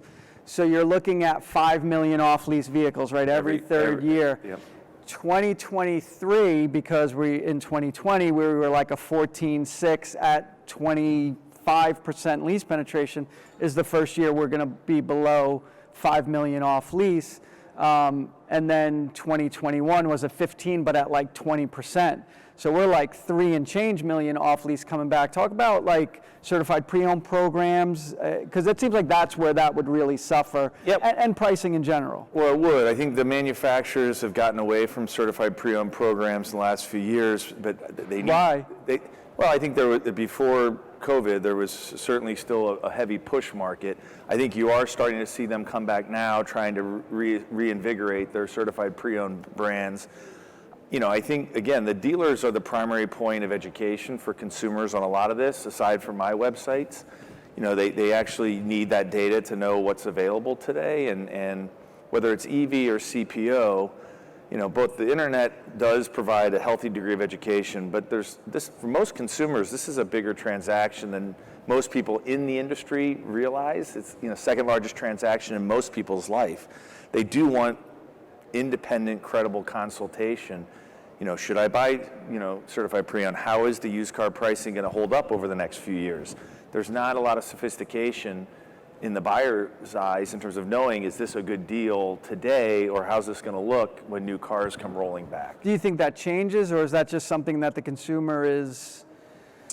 Well, we're trying to educate shoppers a lot, right? So we you know, we'll use real-time data to show consumers if something's a good deal, but you know, today with the limited demand or limited supply data, you know, people are bypassing, you know, the logic and saying, I need a car, right? I'm not taking public transport anymore. I've got to get to work. I'm bypassing the traditional methods of mass transportation, and so we've just got a really robust market right now. So I believe that we don't necessarily stay over MSRP. I feel like that there's this perception in the marketplace of the consumer thinking that, well, when it goes back to normal, when there's new vehicle supply, you know, then we get back to 6.5% discount and 10% incentive from the factory. And I've sort of been saying, like, I don't think so. Like, I feel like automakers are going to be a little bit more disciplined with that supply push than ever before. It's kind of like return to work. Yeah. We're either going back or we're staying remote. Or there's a hybrid model that suggests that there'll be a better balance between in-office and work from home. And I think that's a classic one where you're going to find a melding of those two worlds. So you think that we're closer to MSRP at retail for the consumer than we had been historically, but we're not necessarily. Yeah, I don't think anybody's factories are going to be pushing out the volumes that they used to, and therefore that's going to naturally limit supply. I think we're in a persistent demand environment for a while now because of the social issues that COVID has brought upon the way we work, the way we live, the way we travel. And therefore, you know, I think it's going to be a healthy auto market for years to come because we've just got exogenistic factors that are better balancing And by the way, in the opportunity for automakers and dealers to work together on this, like the EV adoption that we were just talking about, if there's collaboration between the two tiers of the market, this can be an incredible time for the auto industry. Yeah, you had made an interesting point before about where the manufacturers invest in their marketing. Talk about that a little bit, and that's another disruption I think that we've seen, that traditionally it's been done this way, and it's due to change. Well, so the new EV startups are coming to us and saying, this is the market we want to get into, geographic market, let's call it Colorado. So we would like to introduce our new EV truck in Colorado to every time someone searches in Colorado for a truck, going against all truck lines. And that new EV startup is getting their product visibly, pictures, video, you want it, everything about it, and they've got a hyper-local distribution point set up for Colorado to push EV sales in that market. Every other OEM gets on national television and tries to introduce a product to the mass market. Only 5% of the population's in the market to buy a car at any given time. So you're basically wasting 95% of your marketing muscle screaming at everybody to look at me, Right. when only 5% of the population. So if there's one thing I love about the new EV startups, is that they're going very data-driven, they're going platform-driven, using a platform like mine to basically say, this is the market we want to penetrate, and this is the segment we're going to take share from. And they're going to be successful. So the domestic car companies and import automakers in this country have got to realize the old push model, both in mass production Right. and mass marketing, is not an efficient system. They've got to embrace technology-driven approaches to winning segments. Right, and so on your site,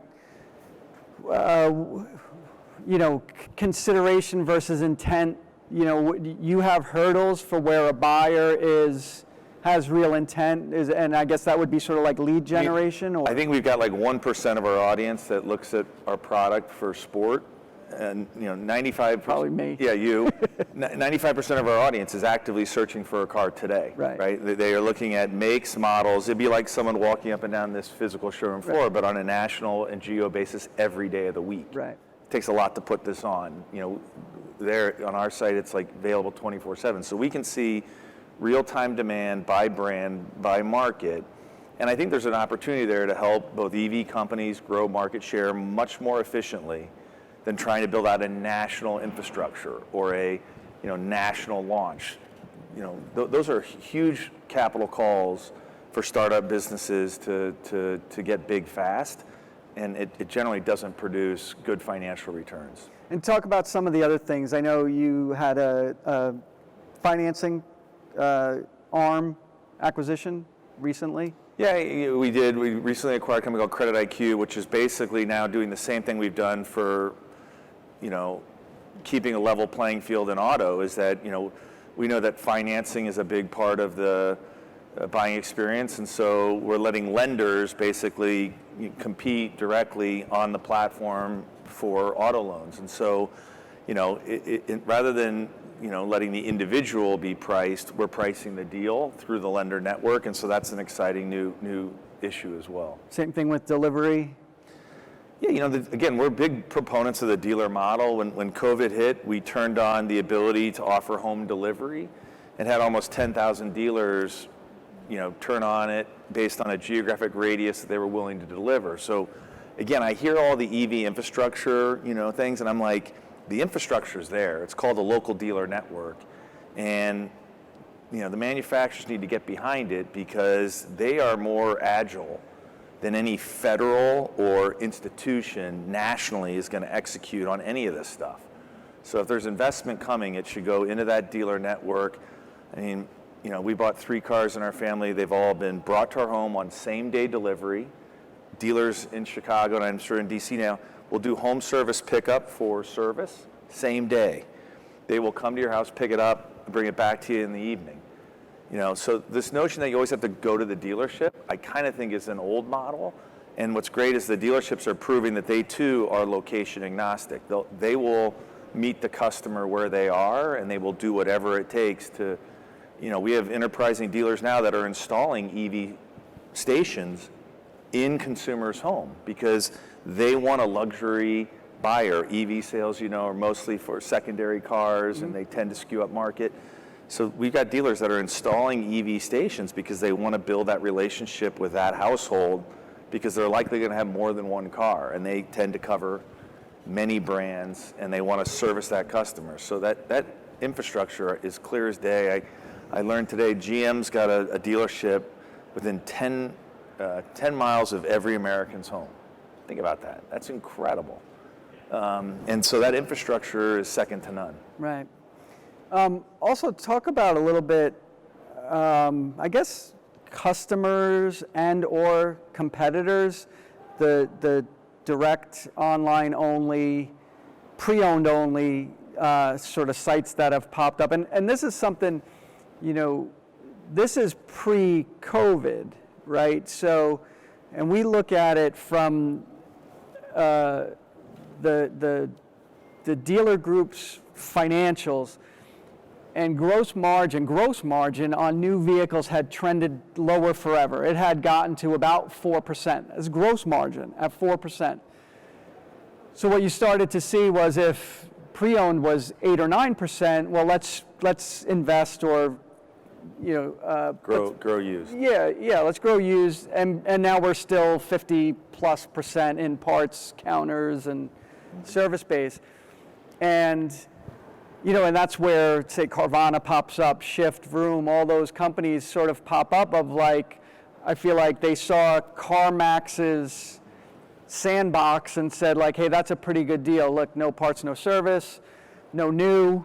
We can differentiate our product and we can offer a good process, and we go, and now here comes the Carvanas, Shift, Vrooms of the world, and then you get the large legacy dealer groups, the AutoNations and Penske's and Lithia and Group 1 following that same model. Now we're 12% gross margin in new vehicle, and everybody's going like, hey, I've kind of fallen in love with that business again. But talk about that threat of the direct online only, click buy.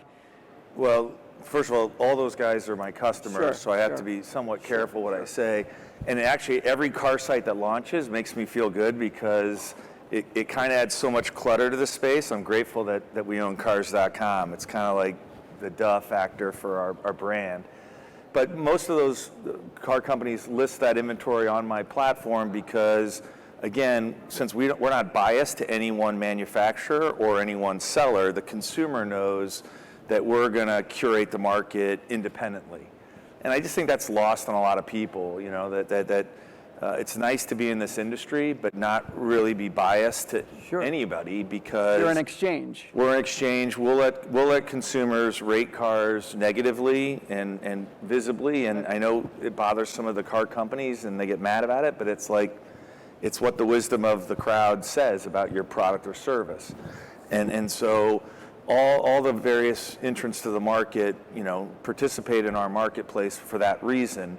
I think, what's interesting is that the growth in these direct-to-consumer models, again, people think it's great on the buy side, but then the ownership issues are fundamentally different. And I don't think what's the media has caught up with and the consumer public has realized is that owning a car is more important than buying one. And the dealer model has proven again and again to actually be a very reliable point of differentiation as to why you would want to work with somebody locally.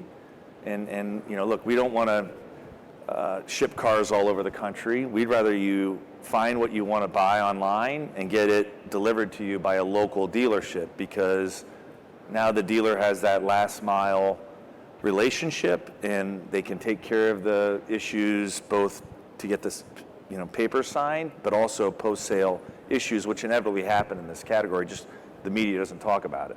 So is there any, as we talk about, pricing firming to MSRP, in terms of your average revenue per dealership or additional services, is there any, Well, again, as an exchange, we don't have any variable revenue based on what happens. Right. So we don't make more money, if GM sells a car or Ford, so we're agnostic. And same at the dealer level. Like, how much they sell is up to them. We do a SaaS-like technology service fee where they get to participate in our marketplace, upload all their actual inventory, and be in front of car buyers while they shop. But there isn't variable economics, which again is part of what being a level playing field does and keeps us out of trying to tilt our marketplace from one brand to the next. And so like we like that flat subscription model. And in terms of your penetration into the total U.S. dealer? We're about 20,000 dealerships nationally, and which is the healthiest part of the market. It's most of the franchise dealer community, and certainly a big segment of the independent used car operators, and certainly growing. Right, we have big. We see the market as about 40,000 dealers in the U.S. We're about halfway there, so there's a lot more room to go. And what I actually like is how many dealers today are now saying, I want to invest more in my digital footprint. Historically, all the car companies made dealers invest in their physical showroom, marble floors, coffee bars, kids waiting areas. And I think what you're going to see over these next few years is car companies have got to invest more in the dealership's digital operation to make them real time, on demand, service scheduling, those kinds of things that allow the dealership to compete. Is there anything structurally that would prevent that moving forward? Like, is there any reason why automakers would not recognize that, or is it just they're just slow? Well, I think they're relying a lot on agencies who love to see them spend more money in this mass market, system. So they do get bad advice in terms of, how to create more demand is to, talk to everybody. And I think, but the smarter car companies are realizing there's only 5% of the market that's actually in the market to buy a car at any given day. How do we systematically reach the people that are actively shopping and then convert them to our brands versus our competitors? Well, and I think to your point, right, even if you are in the market and shopping, the days of visiting 10 dealerships on a Saturday afternoon, I think we're down to somewhere like just north of 1.6 dealerships, which obviously is a statistical average as opposed to a real one. But it used to go to 3 to 5 dealerships, right? And now you're visiting one. So and really, that's probably just to complete the deal, right? It's just to complete the deal. All the discovery, research, and comparison shopping is happening online. And I mean, even the Tesla showroom has no inventory in it, right? So they don't have cars, but they have monitors in there so people can come in and say, let me look at the colors, which I don't really understand why they need to do that at a physical place, because even that, right? Most people are just doing it right on this. You can see every color option available. You can see what other people paid, what you should pay, and you can see who will deliver it to your home, and bam. Right, and never mind having marble floors and a waterfall, right? So, all right, I think we will leave it there. This is great stuff. I appreciate the time, Alex. Am I introducing a video, John? Thank you. Yes, thank you. John, Alex Vetter, Thank you. CEO, Cars.com. We are going to get, thank you. We have a video from Ambassador Karen Pierce here before our next panel. So thank you. Hello. I congratulate the team at Mobility Talks International and the Washington Auto Show for their event. In 2021, the UK set out some significant milestones on mobility and transportation. This included publishing a landmark transport decarbonisation plan, reviewing our Future of Transport programme, committing to end the sale of new petrol and diesel cars and vans from 2030, and from 2035, requiring all new cars and vans sold in the UK to be zero emission at the tailpipe. At COP26 in Glasgow, the UK delivered a similar ambition, but on a global scale. A declaration committing to accelerate the transition to zero-emission vehicles by 2035 for developed countries and by 2040 for developing countries. This declaration was signed by over 100 governments and businesses, including a number of US states, cities and companies, such as California, New York, Washington State, Dallas, Charleston, and Ford and GM, whose support we're very grateful for. Also in Glasgow, COP26 President Alex Sharma hosted the 4th ministerial meeting of the UK's Zero Emission Vehicle Transition Council, which US EPA Administrator Michael Regan attended. The council's formed by ministers and representatives from some of the world's largest and most progressive car markets. They pledged to work together to accelerate the pace of the global transition to zero-emission vehicles. At COP, the Council welcomed the US becoming co-chair along with the UK.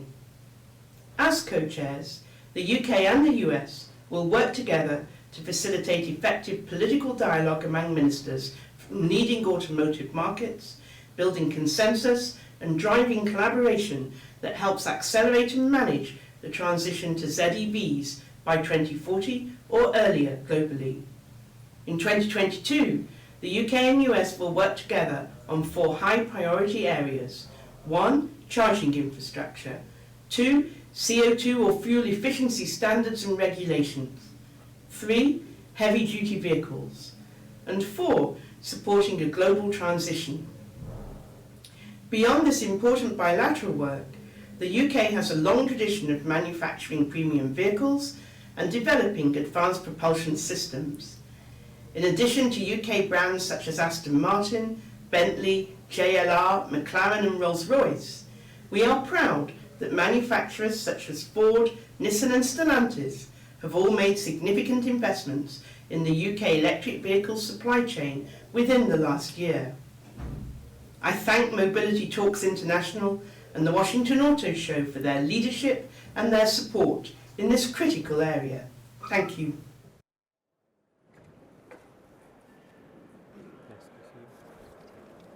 Thank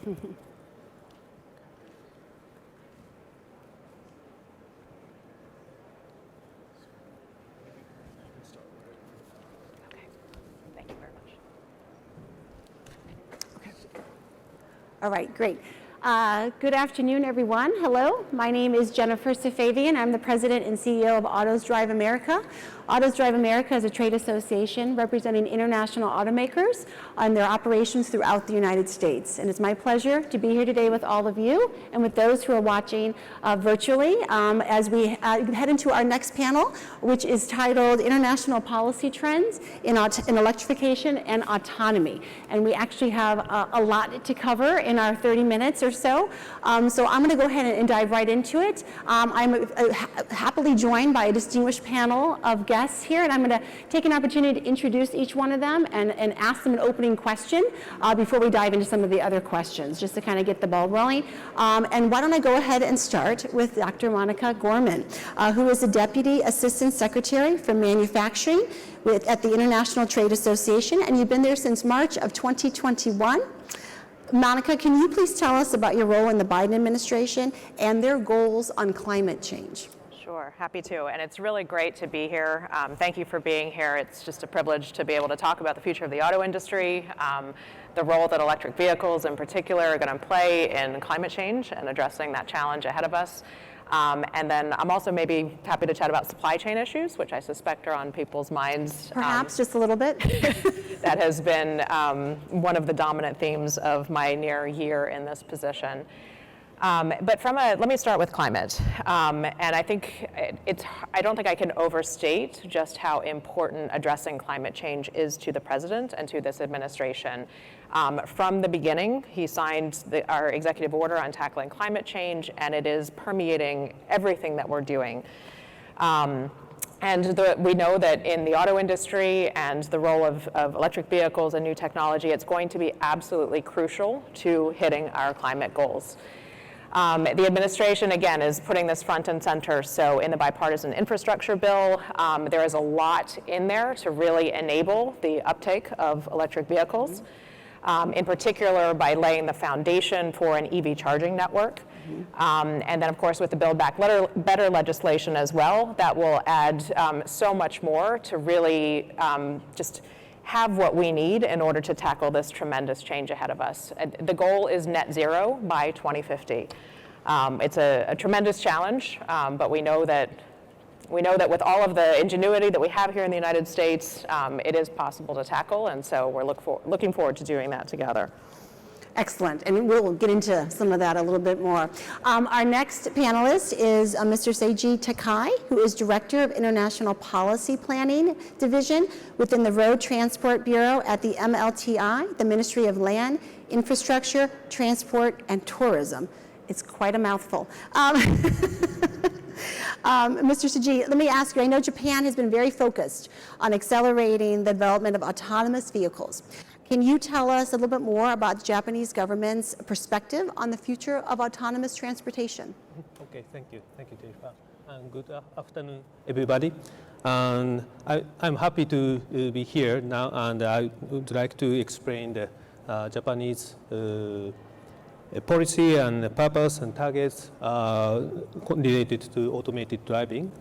And Japanese government promotes to develop the AD technologies with cooperation with industries and interested parties with three purposes, main purposes. The first one is to reduce traffic accidents drastically caused by violated drivers. And the second purpose is to solve labor shortage problem by such as the unmanned automated mobility service. And the third one is to increase the competitiveness or sustainability of the Japanese auto industries.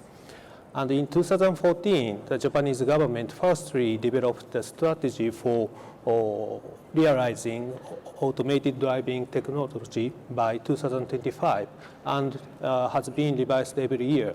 The latest strategy developed last June it includes realizing private personal vehicle with level 4 AD technology on expressways by 2025 and realizing unmanned automated mobility service in restricted area by 2022 this year, and expanding more than 40 areas in Japan by 2025. With such AD technologies, we will realize the safe and convenient transportation society. Some additional aggressive goals, it sounds like, but I know it's very important to your government. And our third panelist is Mr. Dilip Sundaram, who is the Chief Global Business Officer for Arcimoto. And I see some of your vehicles are right over here off stage from us. Let me ask you, start off by telling us more about Arcimoto and kind of the goals of the company and the growing popularity of micro-mobility transportation segment. Sure. No, thank you very much for having me on this panel, and I want to thank Wanada for having me, giving me this opportunity to be on this panel. Delighted to be here, and really looking forward to sharing the story of Arcimoto. Arcimoto is a publicly listed company. It's a NASDAQ listed company under the stock symbol FUV, and the FUV really stands for Fun Utility Vehicle. So when you think about it, 65% of our commutes are within a 7-mile radius. The average American commutes 30 miles a day. 85% of our commutes are for one person. So the question really is, do you really need a 5,000-pound SUV to be doing that?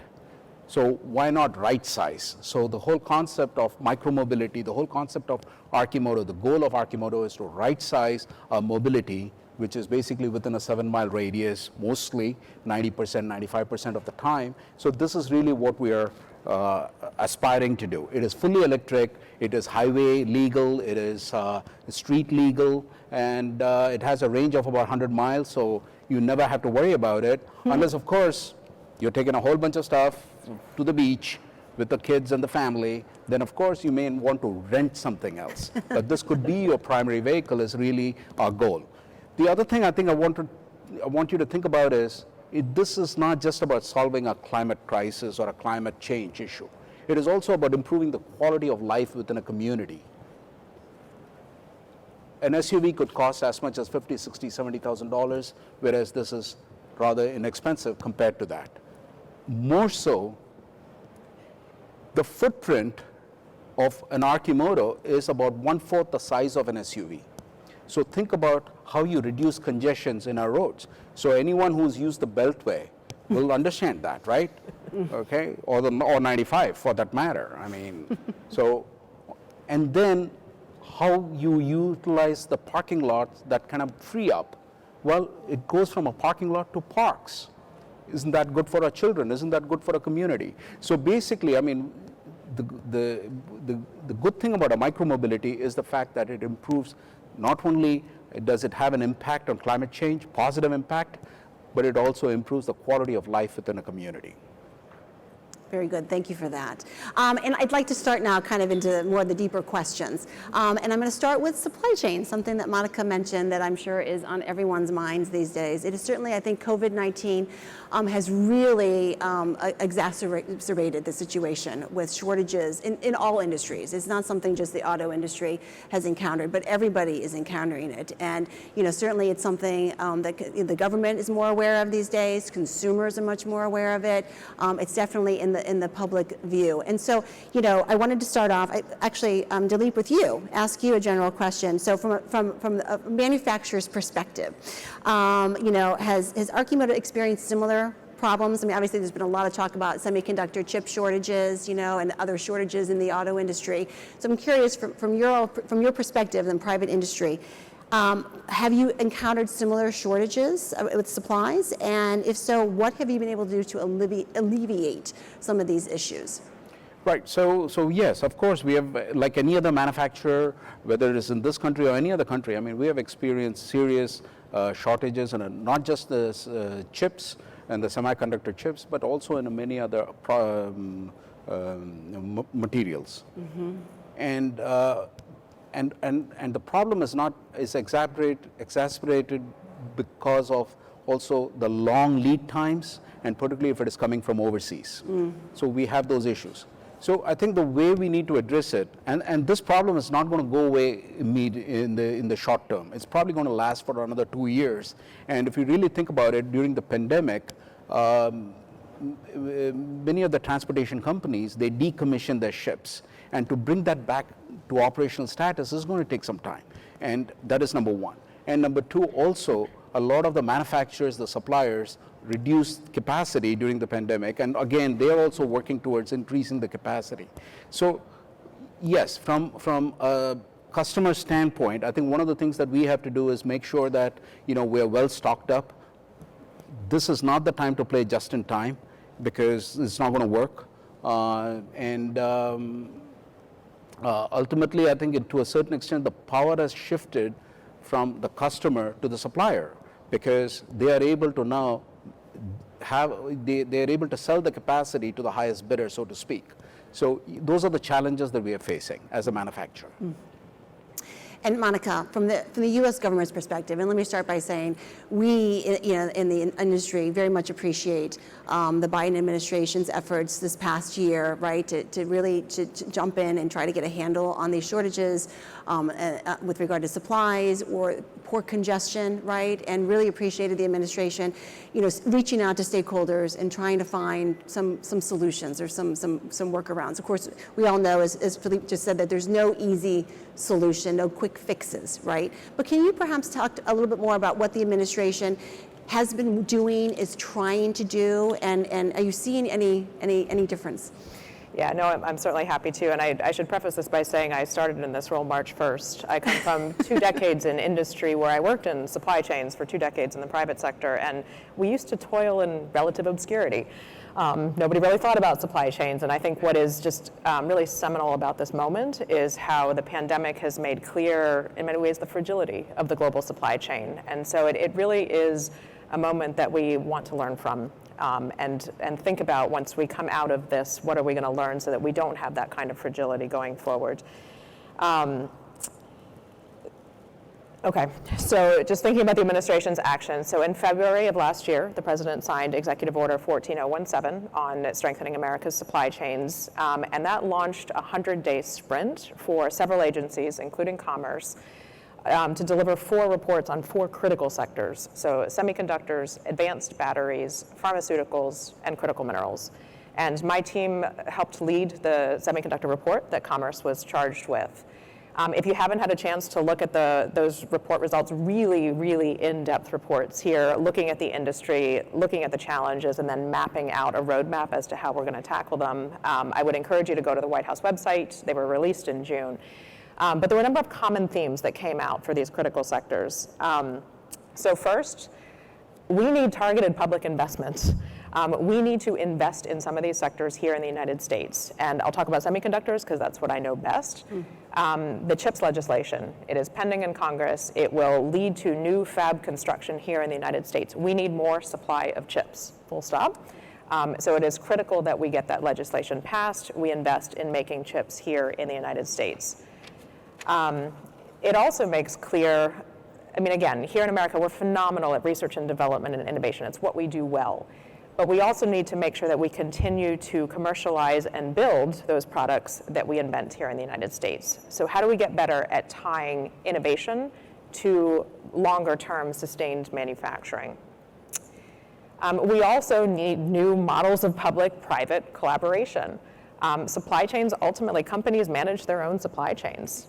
So how do we work together, government and the private sector, to make sure that we are building resiliency into the supply chain? That's going to take new ways of working together between government and the private sector.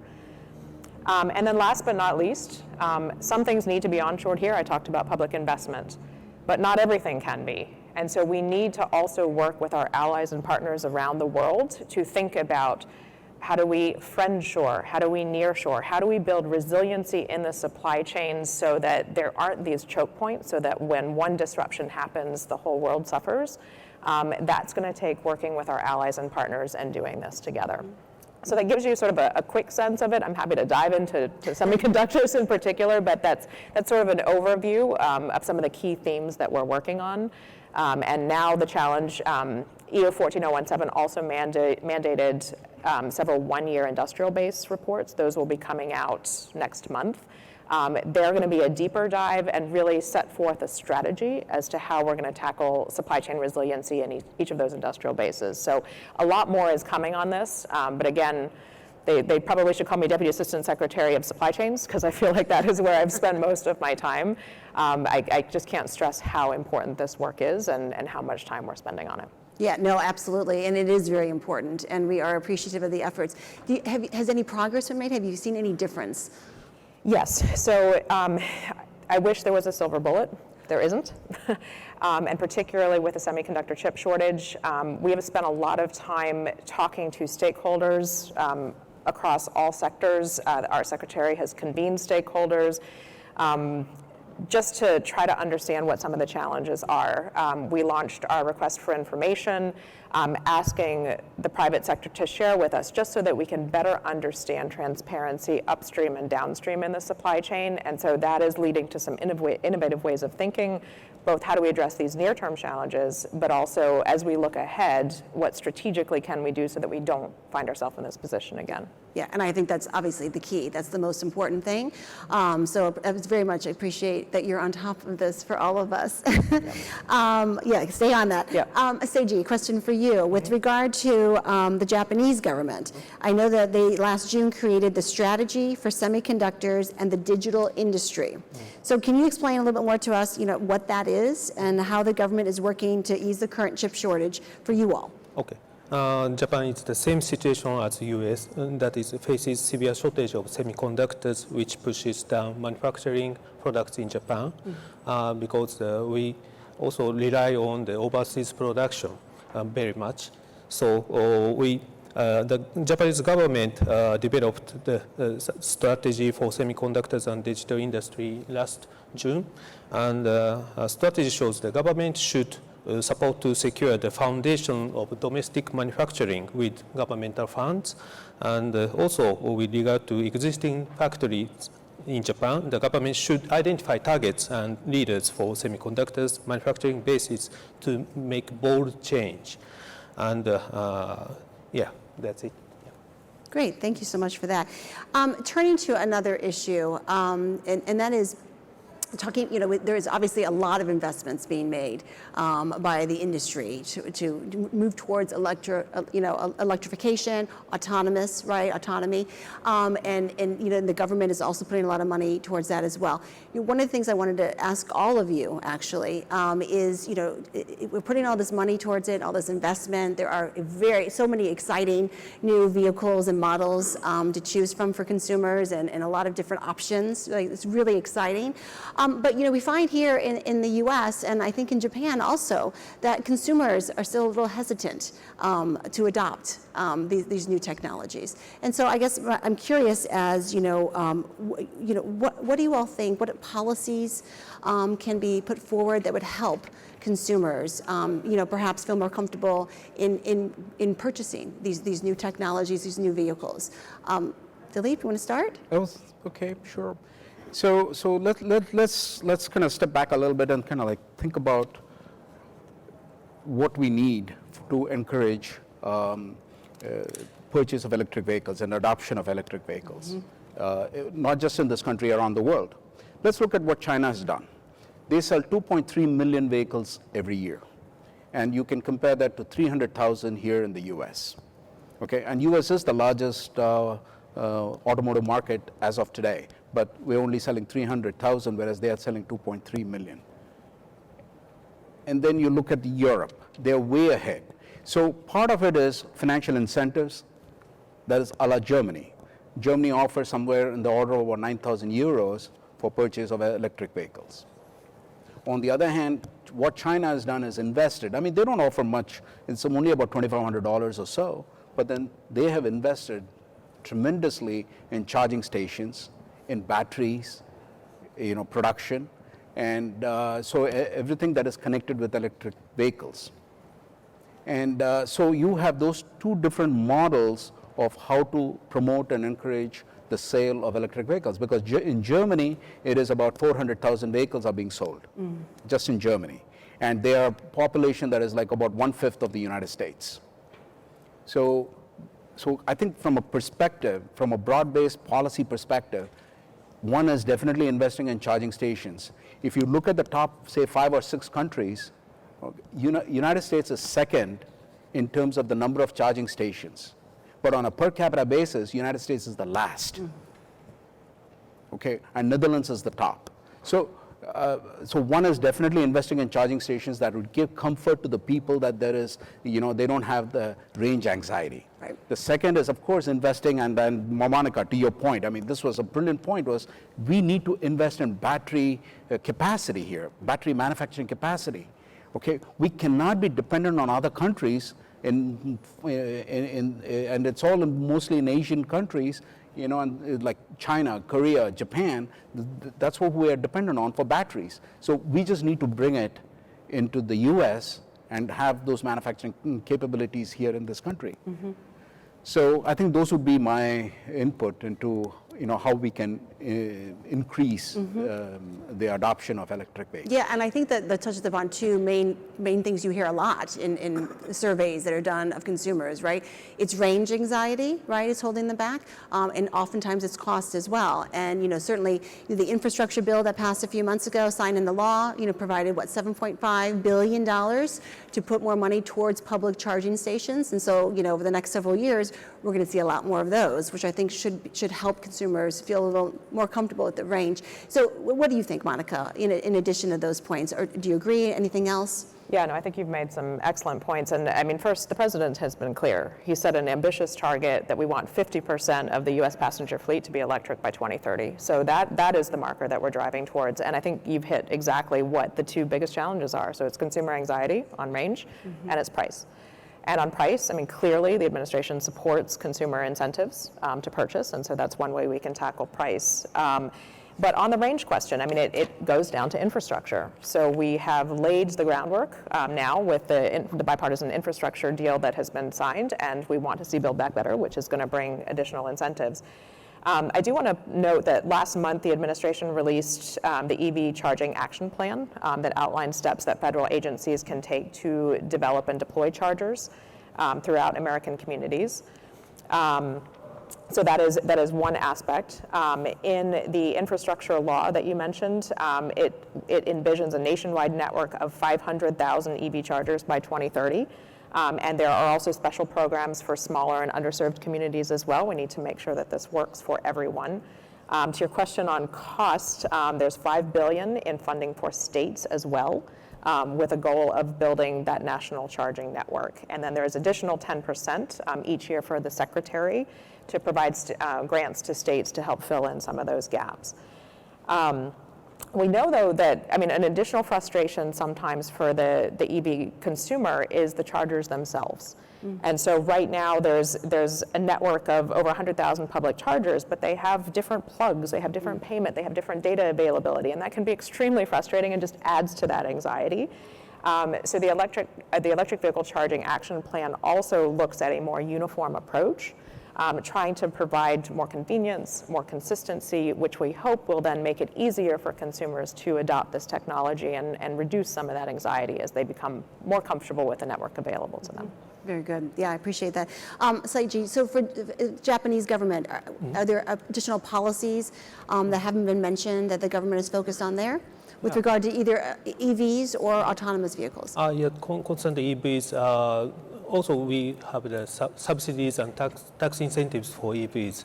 But currently the total sales of EVs and plug-in hybrid vehicle is less than 1% of total sales. And also the number of public charging facility in Japan is 29,000 last year, which is decreased by 1,000 for the former 1 year. In general, the service life of electric charging device is 8 years old. So there are some cases that the electric charging devices which were installed around 2012 and were not renewed and removed due to low operation rate. So I think not only the initial cost, but also running costs should be supported by the government or local government until the charging business gets on a track. And what is the percentage of adoption in Japan of electric vehicles? 1% per total sales. Is it similar to the United States then? Is it about 3-4%? No, less than. A little bit less? Yeah. Okay, all right. Keeping on this line, we talked a lot about investments, obviously, right? And we talked obviously a lot about charging stations, which I think we all agree is key for adoption of electric vehicles. But I'm wondering what other infrastructure investments, might be needed to kind of get us more towards the electrification and autonomy, besides charging stations, which are critical. Are there other investments that are needed by the government and the private sector? Any thoughts on that? Who wants to start? Let me jump in this. Sure.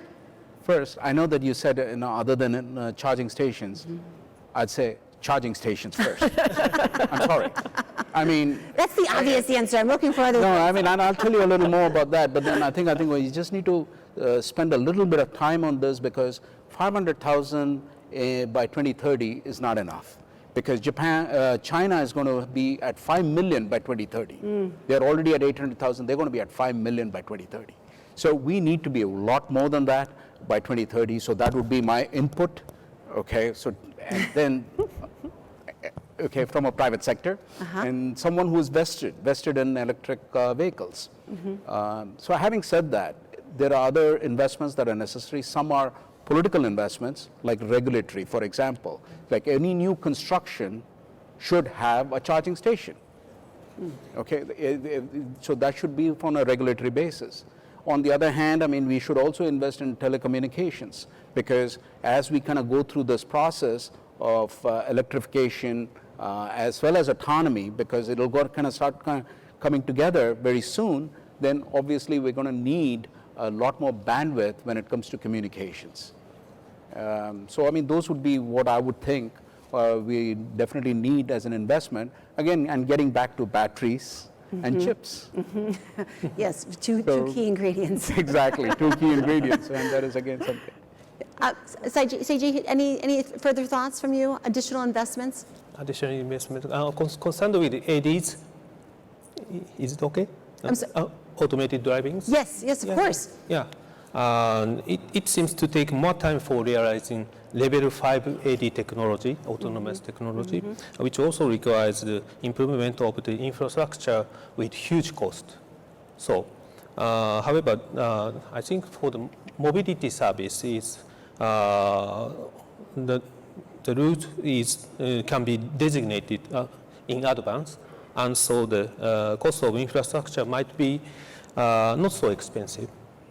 And furthermore, if unmanned automated mobility service is introduced, the labor shortage will be solved, and the cost can be used for the further investment for the autonomous infrastructure. So that's good spiral, I think. So that's a way to Very good. solve it. Yeah, okay, sounds good, thank you. Monica, any additional thoughts from you? Sure, and I would go back to some of the lessons of the pandemic and the supply chain challenges that we've seen. We need investment in our own internal infrastructure as well. And so the bipartisan infrastructure bill is $17 billion for our coastal ports, our port of entries on land, our inland waterways. We do need to invest and upgrade just that infrastructure that we have here in the United States. And again, thinking from a supply chain standpoint, particularly at the ports, so that we do have that free flow movement of goods in and out to keep those supply chains moving. Let me ask you all about raw materials, right, which are obviously critical for everything we've been talking about, right? How do you see things today? I mean, that is another issue, right? Supplies are limited, certainly in this country. We have to work closely with our most closest trading partners, I think, to work on trying to get more materials, raw materials that we need for batteries and things that we need for these vehicles. What activities is the Biden administration undertaking with regard to that?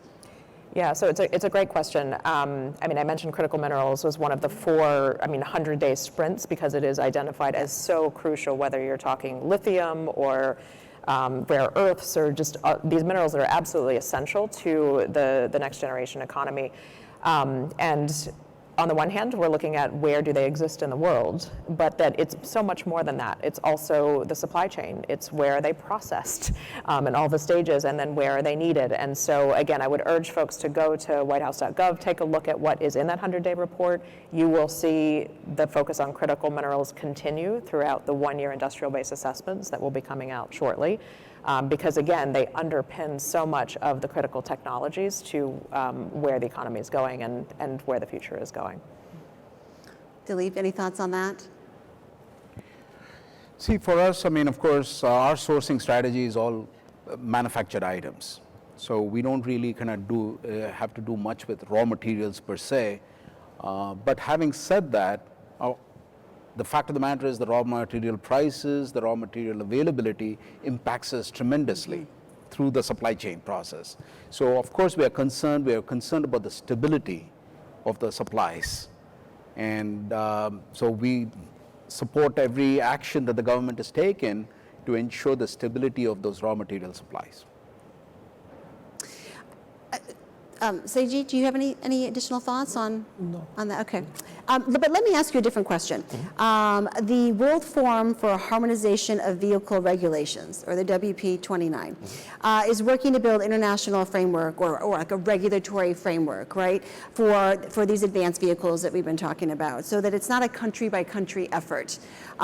Japan has been obviously a very active participant in these discussions. Can you describe this effort and kind of where things stand today and the progress that's been made? Oh, okay.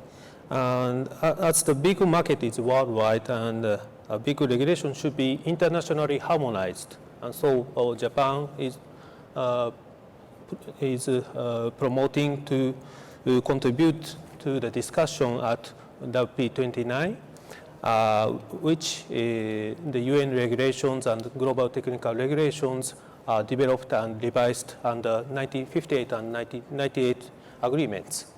And Japan leads the discussion on the autonomous vehicle technical regulations as the vice chair of the GRVA, which discuss the autonomous technical regulations, and also the chairmen of informal working groups under GRVA. For example, Japan proposed the draft international regulation for ALKS, automatically lane keeping systems in WT29, and global regulation was developed in June 2020. And also the US are concerned with EV. US also leads the discussion on the battery durability. And as the EVE, Electrical Vehicle Environmental Informal Working Group chairman, and under GRVA. GRVA last November developed the new global technical regulations on the battery durability, which would prevent the use of low-quality batteries and ensure the only durable batteries are installed in EVs. So we continue to such a contribution with the cooperation with the US and other foreign countries. I think that's critical, right? I think it's really important. And I know that there's a lot more involved in that. And I wish we could speak more to that, because I think it's really important that there is not a country by country, right, different regulatory structure. We all do need to be more integrated. And it's going to take some time, I know, to get there, but I think it's really important. But speaking along those lines, I guess kind of my last question, because we just have a few minutes left, is more about the collaboration, right? And we talked a little bit about it, I think, earlier, between the government, between the industry. You know, how can we better collaborate, or additional thoughts that you might have on what we can do better going forward when it comes to, both autonomous vehicles, electrification, when it comes to getting consumers to adopt these new technologies quicker, to help us all with regard to the environment. Are there things that you all would like to see done that it makes for better cooperation between industry and the private sector? Monica, do you want to start? Yeah, sure. I'm happy to jump in. And I think it's absolutely true. I mean, to fully realize the benefits of vehicle electrification, we need a global approach, and we need an approach that brings together the public and the private sector. So one thing I just wanted to mention, so we at Commerce are highly involved in the APEC Auto Dialogue, which brings together government and company representatives to talk about trade and regulatory issues across multiple countries. And we in the U.S. Department of Commerce are particularly leading efforts around convergent standards and convergent regulatory approaches, because we know that's going to be one of the barriers, one of the challenges that we're going to need to tackle if we really want to bring this to life.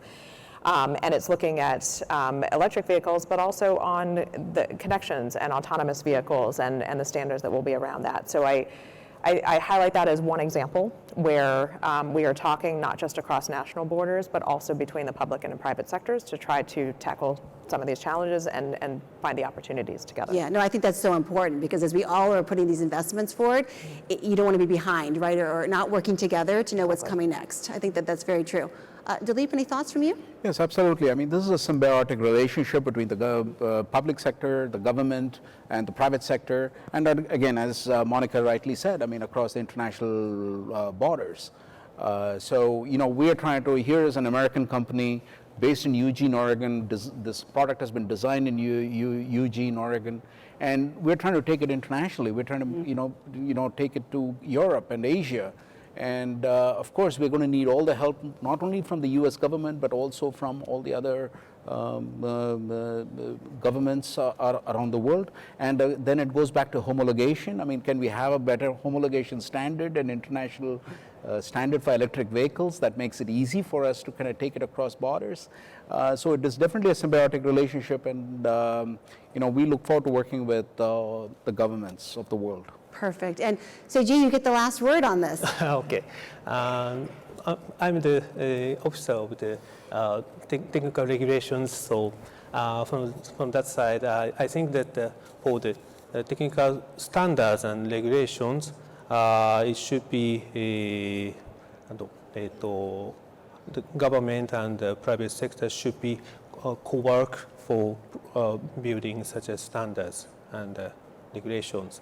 And also, in WP29, we should work with other countries because the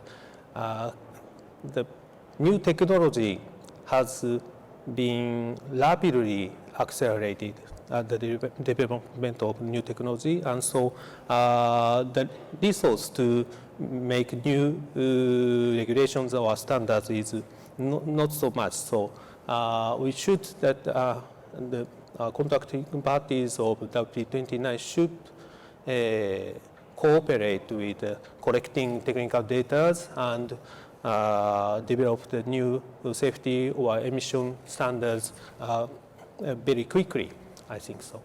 Yeah. Great. Yeah. Thank you so much. Well, I think that ends our discussion. We covered, I think, a lot of ground, and I want to thank all of you very much for participating in this panel today. And with that, we are complete. Thank you, everyone. Thank you. Thank you.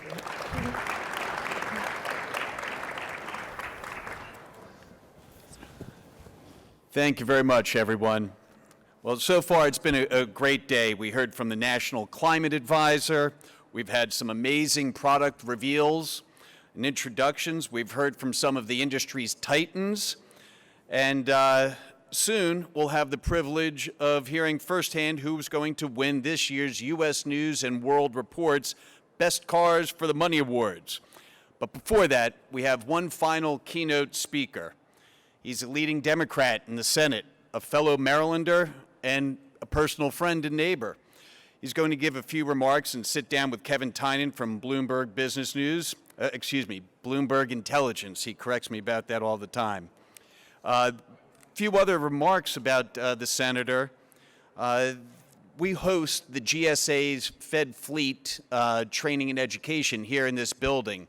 And part of that is going to be $7.5 billion in Build Back Better. That's going to, and you've heard quite a bit about that today, that's going to help convert the federal fleet over from ICE cars to EVs. So without further ado, and we're going to hear some comments from Senator Chris Van Hollen. Senator.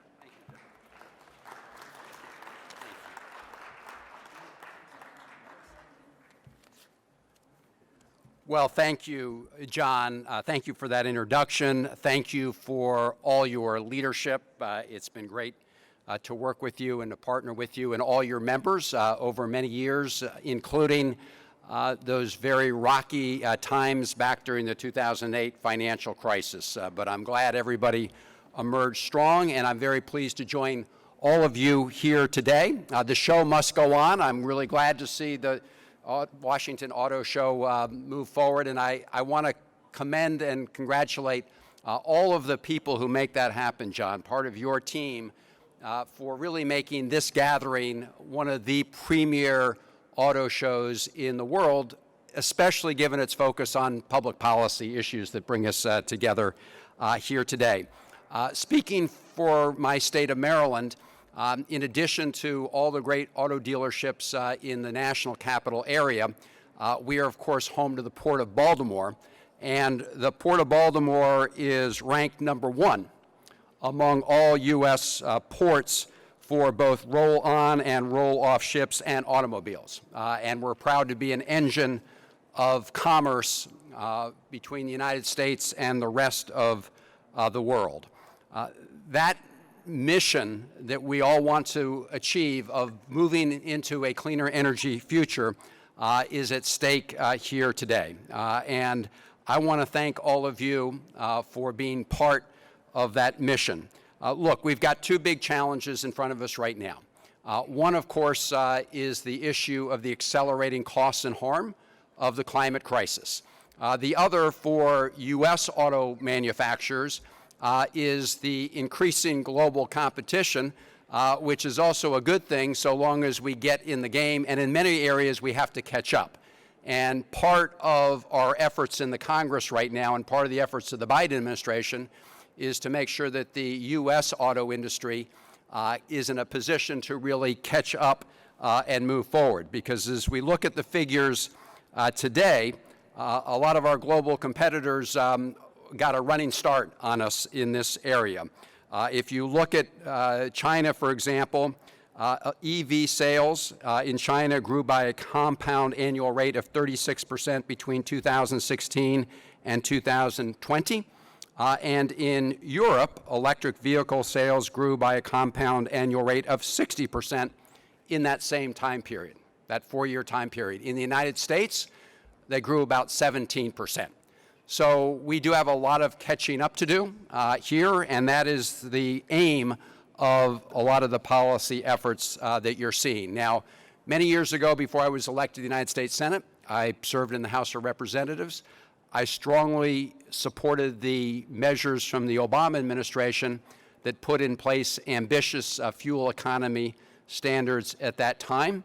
I am pleased to see the Biden administration pick up where the Obama administration left off. And if you look at the estimates by the EPA, the Environmental Protection Agency, they have projected that these new standards will save American consumers $420 billion at the pump by 2050 and cut greenhouse gas emissions by more than 3 billion tons. So that is an important spur to move at least the U.S. auto industry in the right direction.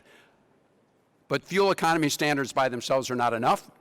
The future is electric, and we need to really be incentivizing the deployment of EVs. And all of you know better than I the incredible technological leaps that have been made when it comes to EV technology, where these vehicles can now travel faster and farther on a single charge than just a few years ago. And the trends are accelerating in that direction. So from the United States perspective, we want to be the engine, not the caboose, and we're intending to take initial action in that direction. So we've got a number of things happening.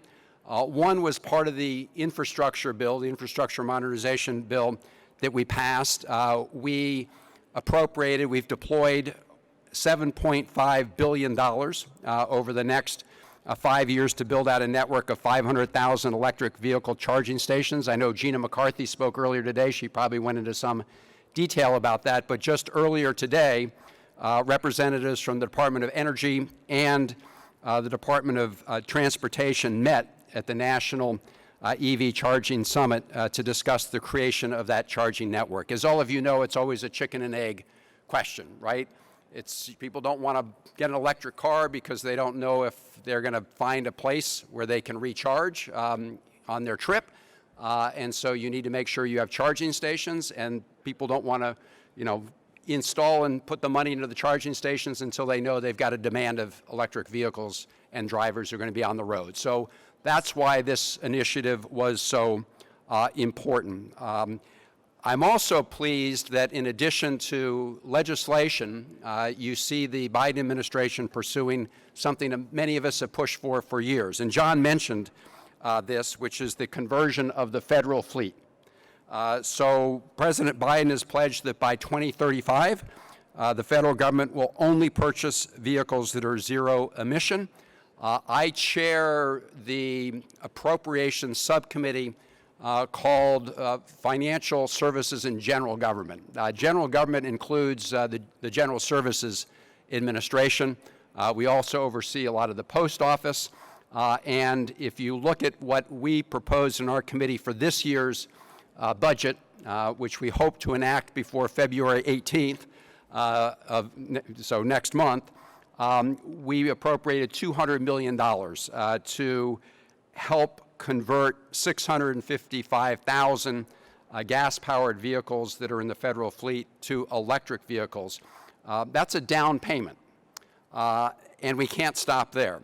And as John mentioned, the Build Back Better bill has a substantial one-time investment in that area. So in addition to the monies we put in on an annual basis through our annual budget process, the Build Back Better initiatives include a major one-time payment. And John mentioned it was $7.5 billion toward electrifying the federal fleet, including $6 billion to electrify the Postal Service vehicles. So that's a major initiative. We can talk a little bit later if you have questions about where all of that legislation stands right now. I will also just mention another measure that's included in that package, something I've been working to achieve for over 10 years, which is a clean energy accelerator. It's a financing mechanism to provide low-interest loans and would have the flexibility also to take an equity stake in moving forward on the clean energy agenda. If you look, for example, at China's 2025 plan, they have put being the world's leader in advanced battery technology as one of their goals. And this mechanism that I'm talking about hopefully will fuel more development in advanced batteries, which obviously are a key part of electric vehicles and the future of electric vehicles. When it comes to competition, the Senate also passed last year a very important bill. I don't know if it's been mentioned yet today. It's called the United States Innovation and Competition Act. That includes $50 billion to boost chip manufacturing here in the United States because all of our dealers know that we're experiencing a chip shortage, which has contributed to part of the supply chain challenges. And we want to make sure that we secure a viable domestic source of chips to reduce our vulnerability on international supply chains in that particular area, an area where you used to have a lot of U.S. manufacturing, but do not today. So we want to reinvigorate that effort here in the United States. That bill goes beyond just chips to a whole range of emerging technologies, a provision that I included in the bill along with Senator Blunt from Missouri. It's a bipartisan initiative, would direct the National Academies of Sciences, Engineering, and Medicine to produce a regular report about where the United States stands on critical technologies, like the technologies that China identified in its 2025 plan and others that the National Academies may identify, and do this on a regular basis. Right now it's done on an ad hoc basis. We need to do this in a regular way, whether it's on advanced battery technology or AI or quantum computing. So this is a major part of the bill that has passed the Senate, and we are urging our colleagues in the House of Representatives to take that up and pass it in the coming months, and I really think they will. So let me end there. There's a whole lot going on, as you well know, in this space, whether it's advanced research, whether it's converting that advanced research into new technologies that allow this kind of electric vehicles and other vehicle advancements that we've seen. And I know you're all at the center of this, but I just welcome the opportunity to provide a little update about what we're doing in the Congress. A lot of this is very bipartisan. The Innovation and Competition Act passed the Senate with a big bipartisan majority. Of course, the infrastructure bill did as well. We are still working to get the Build Back Better agenda over the finish line in the United States Senate. It has passed the House, but it will experience some significant changes as we work it through the Senate. So thank all of you for what you do. Let me again thank all the auto dealers. This is not, no pun intended, but I do find them very plugged into our communities.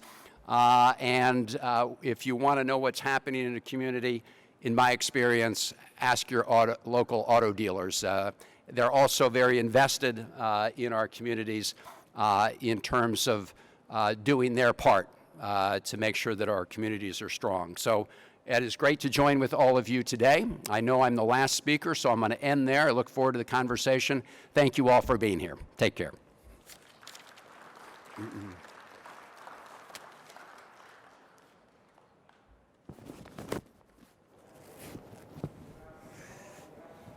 Thank you, Senator. Thank you. So you talked about lagging, talked about the CAGR of EV growth in Europe and China versus the US. What do you attribute that to? Why are we lagging in a industry basically we invented? Well, that's a very good question, and that's why we're determined to, catch up, as I said. I think there are a couple factors here, though, and they all relate to different kinds of incentives that are made available. So, for example, the fuel economy standards, as I mentioned in my remarks, the Obama administration put in place some pretty forward-leaning standards. There was a lot of pushback, got tied up in the courts. The last administration, of course, tried to tear them up entirely. And so we now have the Biden administration trying to pick up the ball. But if you look at the structures in place in Europe or in China, they are much more forward-leaning, and they don't only have fuel economy standards, which, as you know, means a auto manufacturer has to, on average, have its fleet hit the fuel economy standards. They have specific targets for electric vehicles, right? So that drives the process, and they have more incentives. And I should underscore one of the key parts of the Build Back Better agenda, of course, and I'm sure it's been mentioned many times today, is a significant incentive for consumers to purchase electric vehicles. Right. Okay. So Europe, largely because of the diesel scandal, which arguably was kicked off by Volkswagen, the government puts in place sort of penalties for not reducing emissions, and we see EV penetration in that region spike.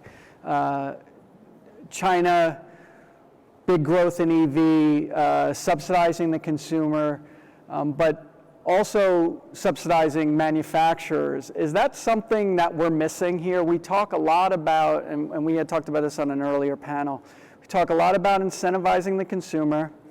We talk a lot about funding infrastructure, but we never really get to making automakers see profitability in that technology and actually putting their best foot forward because the fear of what it does to their P&L, at least in this interim period. Is there anything being discussed at all about what to do about the automakers to motivate them to actually build better products that the consumer then can use their tax credits or the infrastructure spending?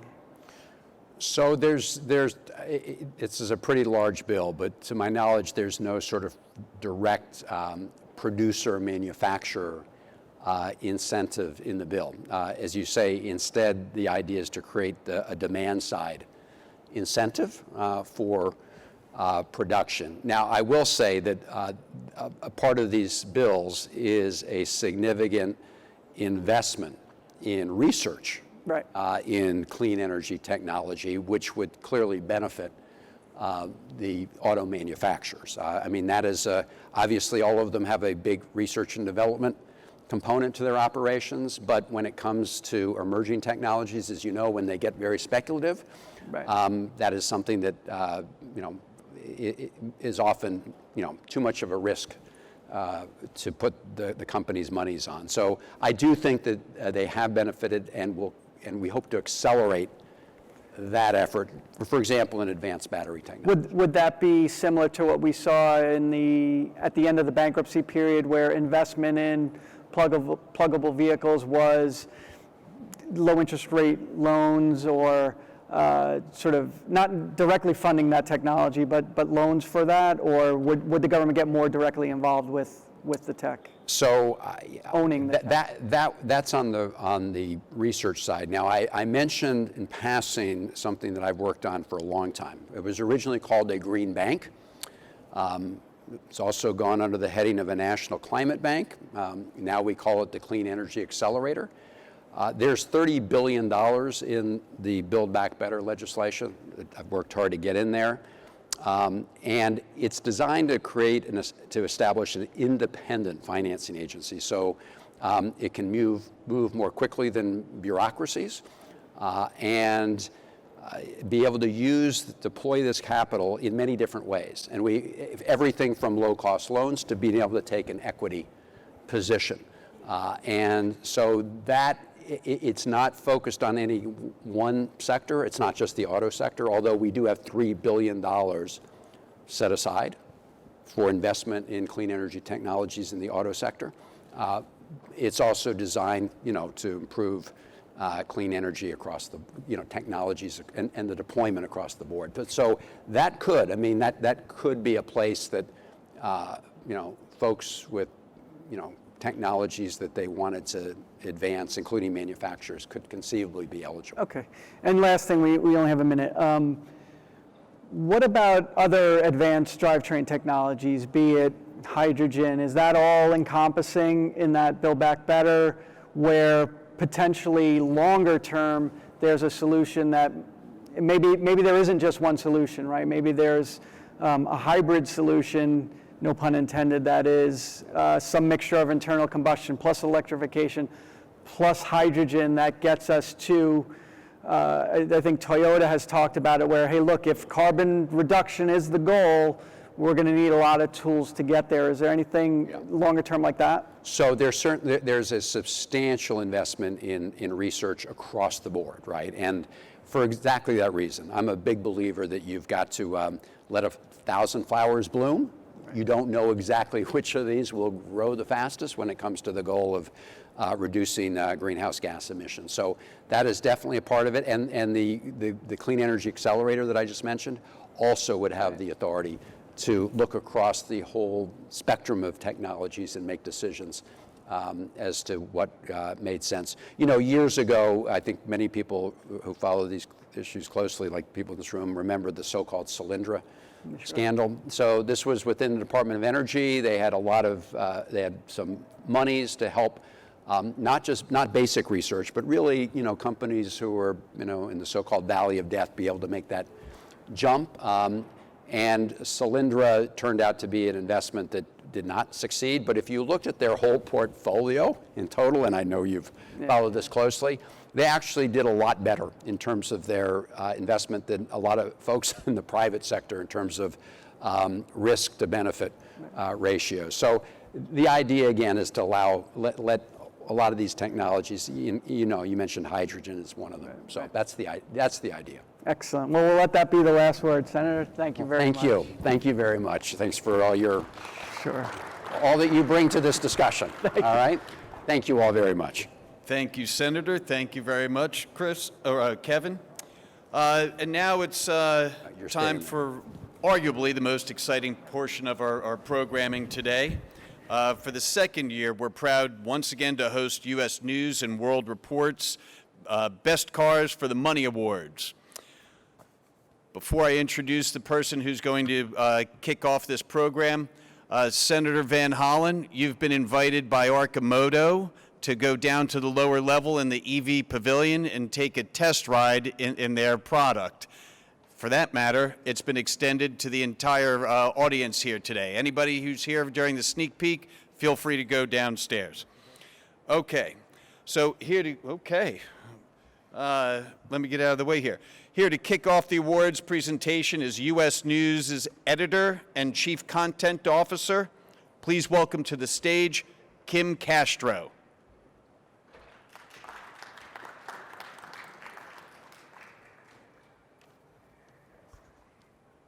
Thank you, John and the Washington Auto Show. It's great to be back. At U.S. News and World Report, our mission is to help consumers, business leaders, and policy officials make important decisions. Through our independent reporting, data journalism, rankings, and advice, we've earned the trust of our readers and users. They know they can turn to us when it's time to make a decision about what college to attend, where to take their next vacation, which mutual fund to invest in, where to retire, and which hospitals to turn to when they're sick. We know our users take these decisions seriously, which is why we take our rankings and advice seriously. We're committed to using all the best practices of journalism and data science to serve our users and help make life's most difficult decisions a little easier. Our new and used car rankings and the Best Car for Money awards do just that, helping consumers by demystifying an often opaque process. And now to give you more information on our car rankings and awards And to showcase the winners of the 2022 Best Cars for the Money Awards, here's John Vincent, senior reporter from our autos team at U.S. News and World Report. Thank you.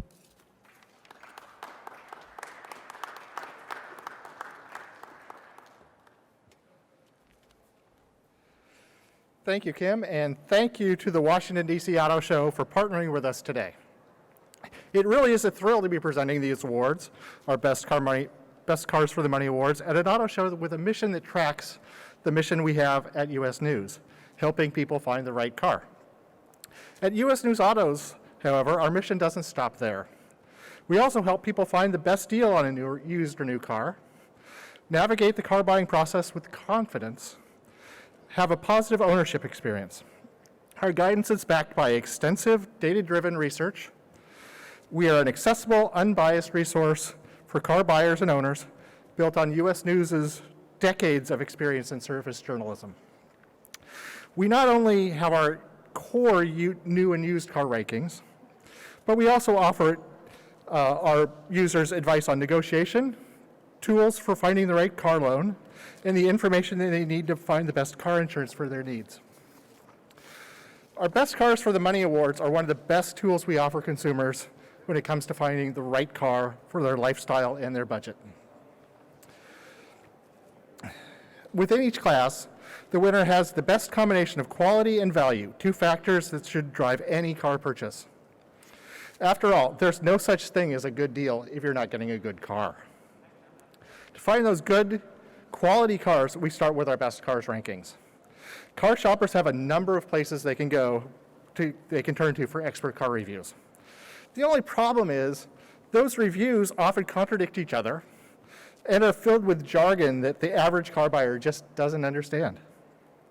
The U.S. News Best Cars rankings collect and analyze every published, credible review of a given model. Combine that analysis with safety and reliability data. The results are rankings and reviews that give our consumers the consensus opinion of the automotive press on if a car will suit their needs. It's a complete review of the car, distilled into rankings and reviews that the average person can understand. It's also how we measure quality for our Best Cars for the Money Awards. These awards go beyond our rankings, however, and take price and long-term value into account. We measure value by combining a car's average transaction price, which comes from our partners at TrueCar, with the 5-year total cost of ownership, which comes from our partners at Vincentric. This allows us to recognize cars that may cost a bit more upfront, but will save you money in the long term. Some truly great cars are budget busters. And getting a car at a low price doesn't mean you'll enjoy owning it for 3, 4, 5 years. The Best Cars for the Money Award gives the buyers the best of both worlds. A great car that's a great long-term deal. Now let's get to the winners, 11 of them. With its low ownership costs and exceptional performance in our rankings, the Kia Telluride earns our Best 3-Row SUV for the Money Award. Its long powertrain warranty helps hold down repair costs, and a roomy cabin provides seating for up to 8, plus ample cargo space. Even the base Telluride is very well equipped with a full suite of standard driver assistance and safety features, a user-friendly infotainment system, and a standard 10.25-inch touchscreen. Accepting this award for Kia is Jeff Jablonski, Kia's Product and Technology Communications Manager.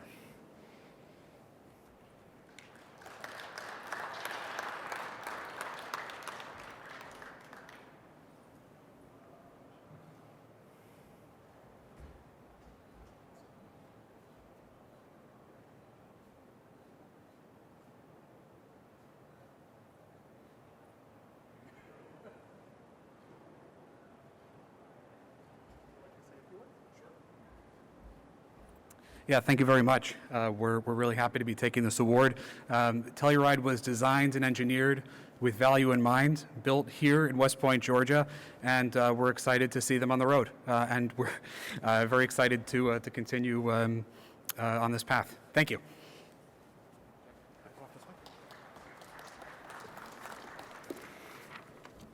This year's best subcompact car for the money is the Nissan Versa. This is the second time that the Versa has won this award as a result of its competitive price, low ownership cost, and strong performance in our subcompact car rankings. The Versa delivers a comfortable ride, good fuel economy, and impressive trunk space for the class. The cabin features quality materials and good fit and finish, and desirable safety features such as forward collision warning that comes standard on every Versa. Unfortunately, there's no one from Nissan to accept today's award, so we'll ship this one off to their headquarters in Nashville. For the second year in a row, the Toyota Avalon is the winner of our Best Large Car for the Money award, making its 4th victory overall. This large car ranks very well in the class and provides exceptional value. It has the lowest projected ownership cost in the segment, a robust V6 engine, and an impressively upscale and roomy interior. Additionally, it comes standard with a multitude of advanced safety and driver assistance features. Accepting the award for Toyota is Communications Manager Zachary Reed.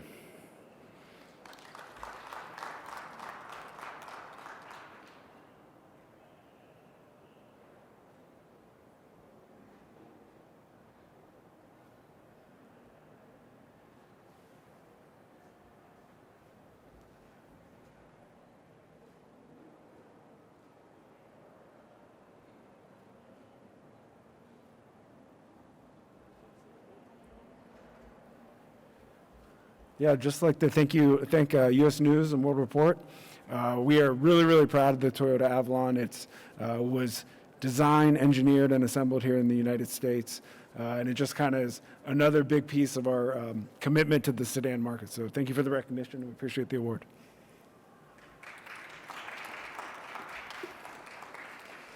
The best compact car for the money is the Honda Civic. This is the Civic's 3rd Best Car for the Money award, and a quick look at the data makes it very easy to see why.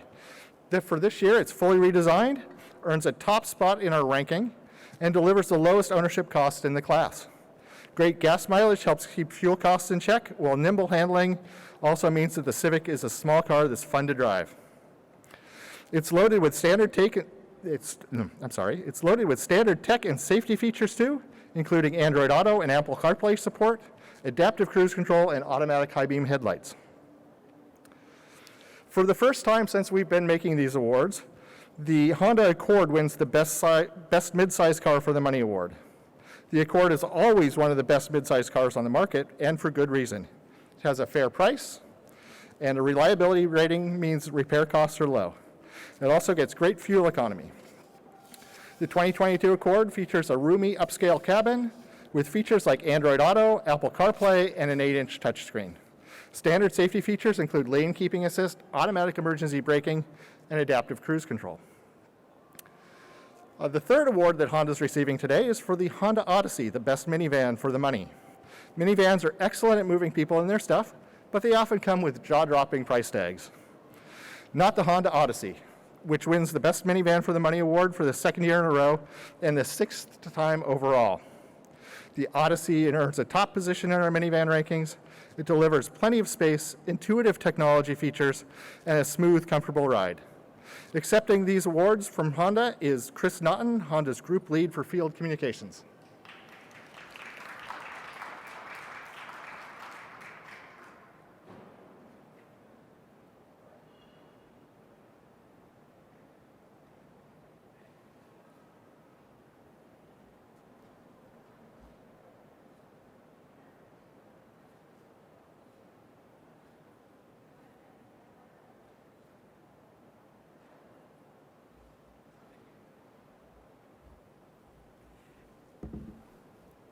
Thank you very much, John, to you and your team at U.S. News. The segments these 3 vehicles compete in, as all segments really, have very competitive vehicles in each, and that combined with your rigorous process really makes these all the more meaningful to have come out on top with each of the Civic, Accord, and the Odyssey.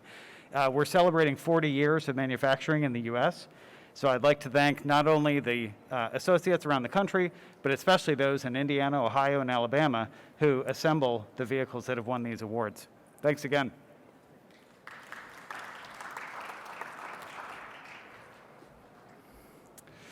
The Hyundai Tucson is the best compact SUV for the money. It's fully redesigned for 2022, offering a competitive price and low ownership costs. Meaningful updates for 2022 also helped the Tucson score a top spot in our compact SUV rankings. A composed ride and handling make the Tucson an agreeable companion for your daily commute, while a spacious, high-quality cabin means that your passengers will also enjoy the ride. The winner for our Best Hybrid and Electric Car for the Money Award is the Hyundai Elantra Hybrid. It's tough to find a better value for a small car. Exceptional fuel economy makes the Elantra Hybrid a frugal choice, whether in town or on the open road, while its competitive price and excellent warranty coverage deliver low ownership cost. The Elantra Hybrid isn't just about cost cutting, however. It delivers excellent power, a spacious cabin, and a comprehensive list of standard features, including wireless Android Auto. The all-new 2022 Hyundai Tucson Hybrid is the best hybrid and electric SUV for the money. It offers engaging performance without compromising interior space or features. It's priced very competitively for a hybrid SUV, and a long warranty helps keep repair and ownership costs in place. The base model even comes standard with desirable tech features such as wireless Apple CarPlay and Android Auto. The Hyundai Santa Fe is the best two-row SUV for the money. This is its 5th Best Car for the Money award, beating much of its competition with an extremely competitive price and low ownership costs. In addition to some innovative features, like a rear seat reminder that can help keep parents from forgetting kids or pets in the back seat, the Santa Fe has 4 USB ports, a 7-inch infotainment touchscreen display, and support for Apple CarPlay and Android Auto. It also provides comfortable seating, a smooth ride, and good fuel economy. Finally, the best subcompact SUV for the money is the Hyundai Kona. Subpack crossovers are exploding in popularity, and the fully redesigned Hyundai Kona is one of the best you can buy. The Kona has a small footprint, great fuel economy, and straightforward infotainment features. Composed handling and 3 engine options keep the driving experience fun, while an extra long powertrain warranty keeps your repair and ownership costs low. Accepting these awards on behalf of Hyundai is Michelle Tinson, Senior Manager, Hyundai Communications.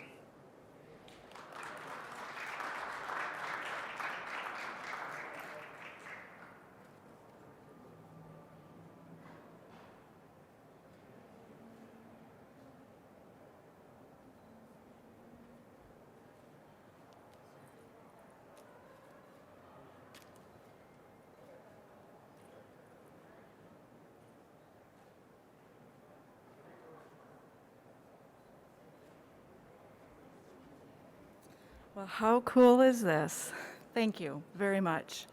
On behalf of Hyundai, our CEO, Jose Munoz, all of our engineers, our experts, our product planners, our manufacturing facility, our dealers, we are so proud to have 5 vehicles in this award today. So thank you. We're honored. And I'd also like to congratulate the other organizations and companies that won today. And keep an eye on Hyundai. We have a lot more to come. Thank you.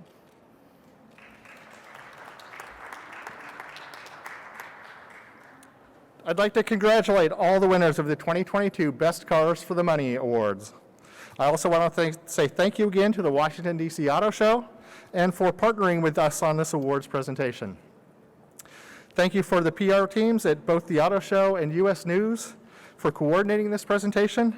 I also need to acknowledge that these awards would not happen without the hard work of the entire U.S. News Autos team. These awards come together based on hundreds of man-hours spent poring over research and perfecting spreadsheets, as well as writing and editing hundreds of reviews. Thank you to the U.S. News Autos team on another round of awards, and thank you to our newest Assistant Managing Editor, Frank Nito, for helping me hand them out.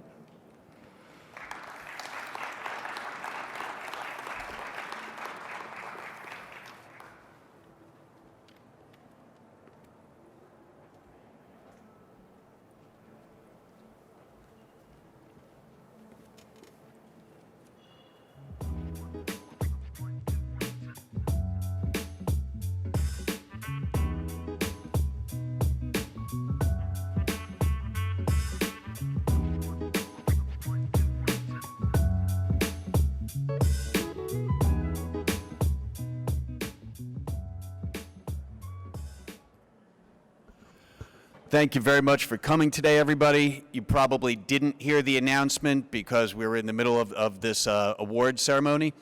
The sneak peek is now open. You have beer and wine, you have food, and there'll be some live music on both levels. Please stay and enjoy yourself. Thank you for coming today.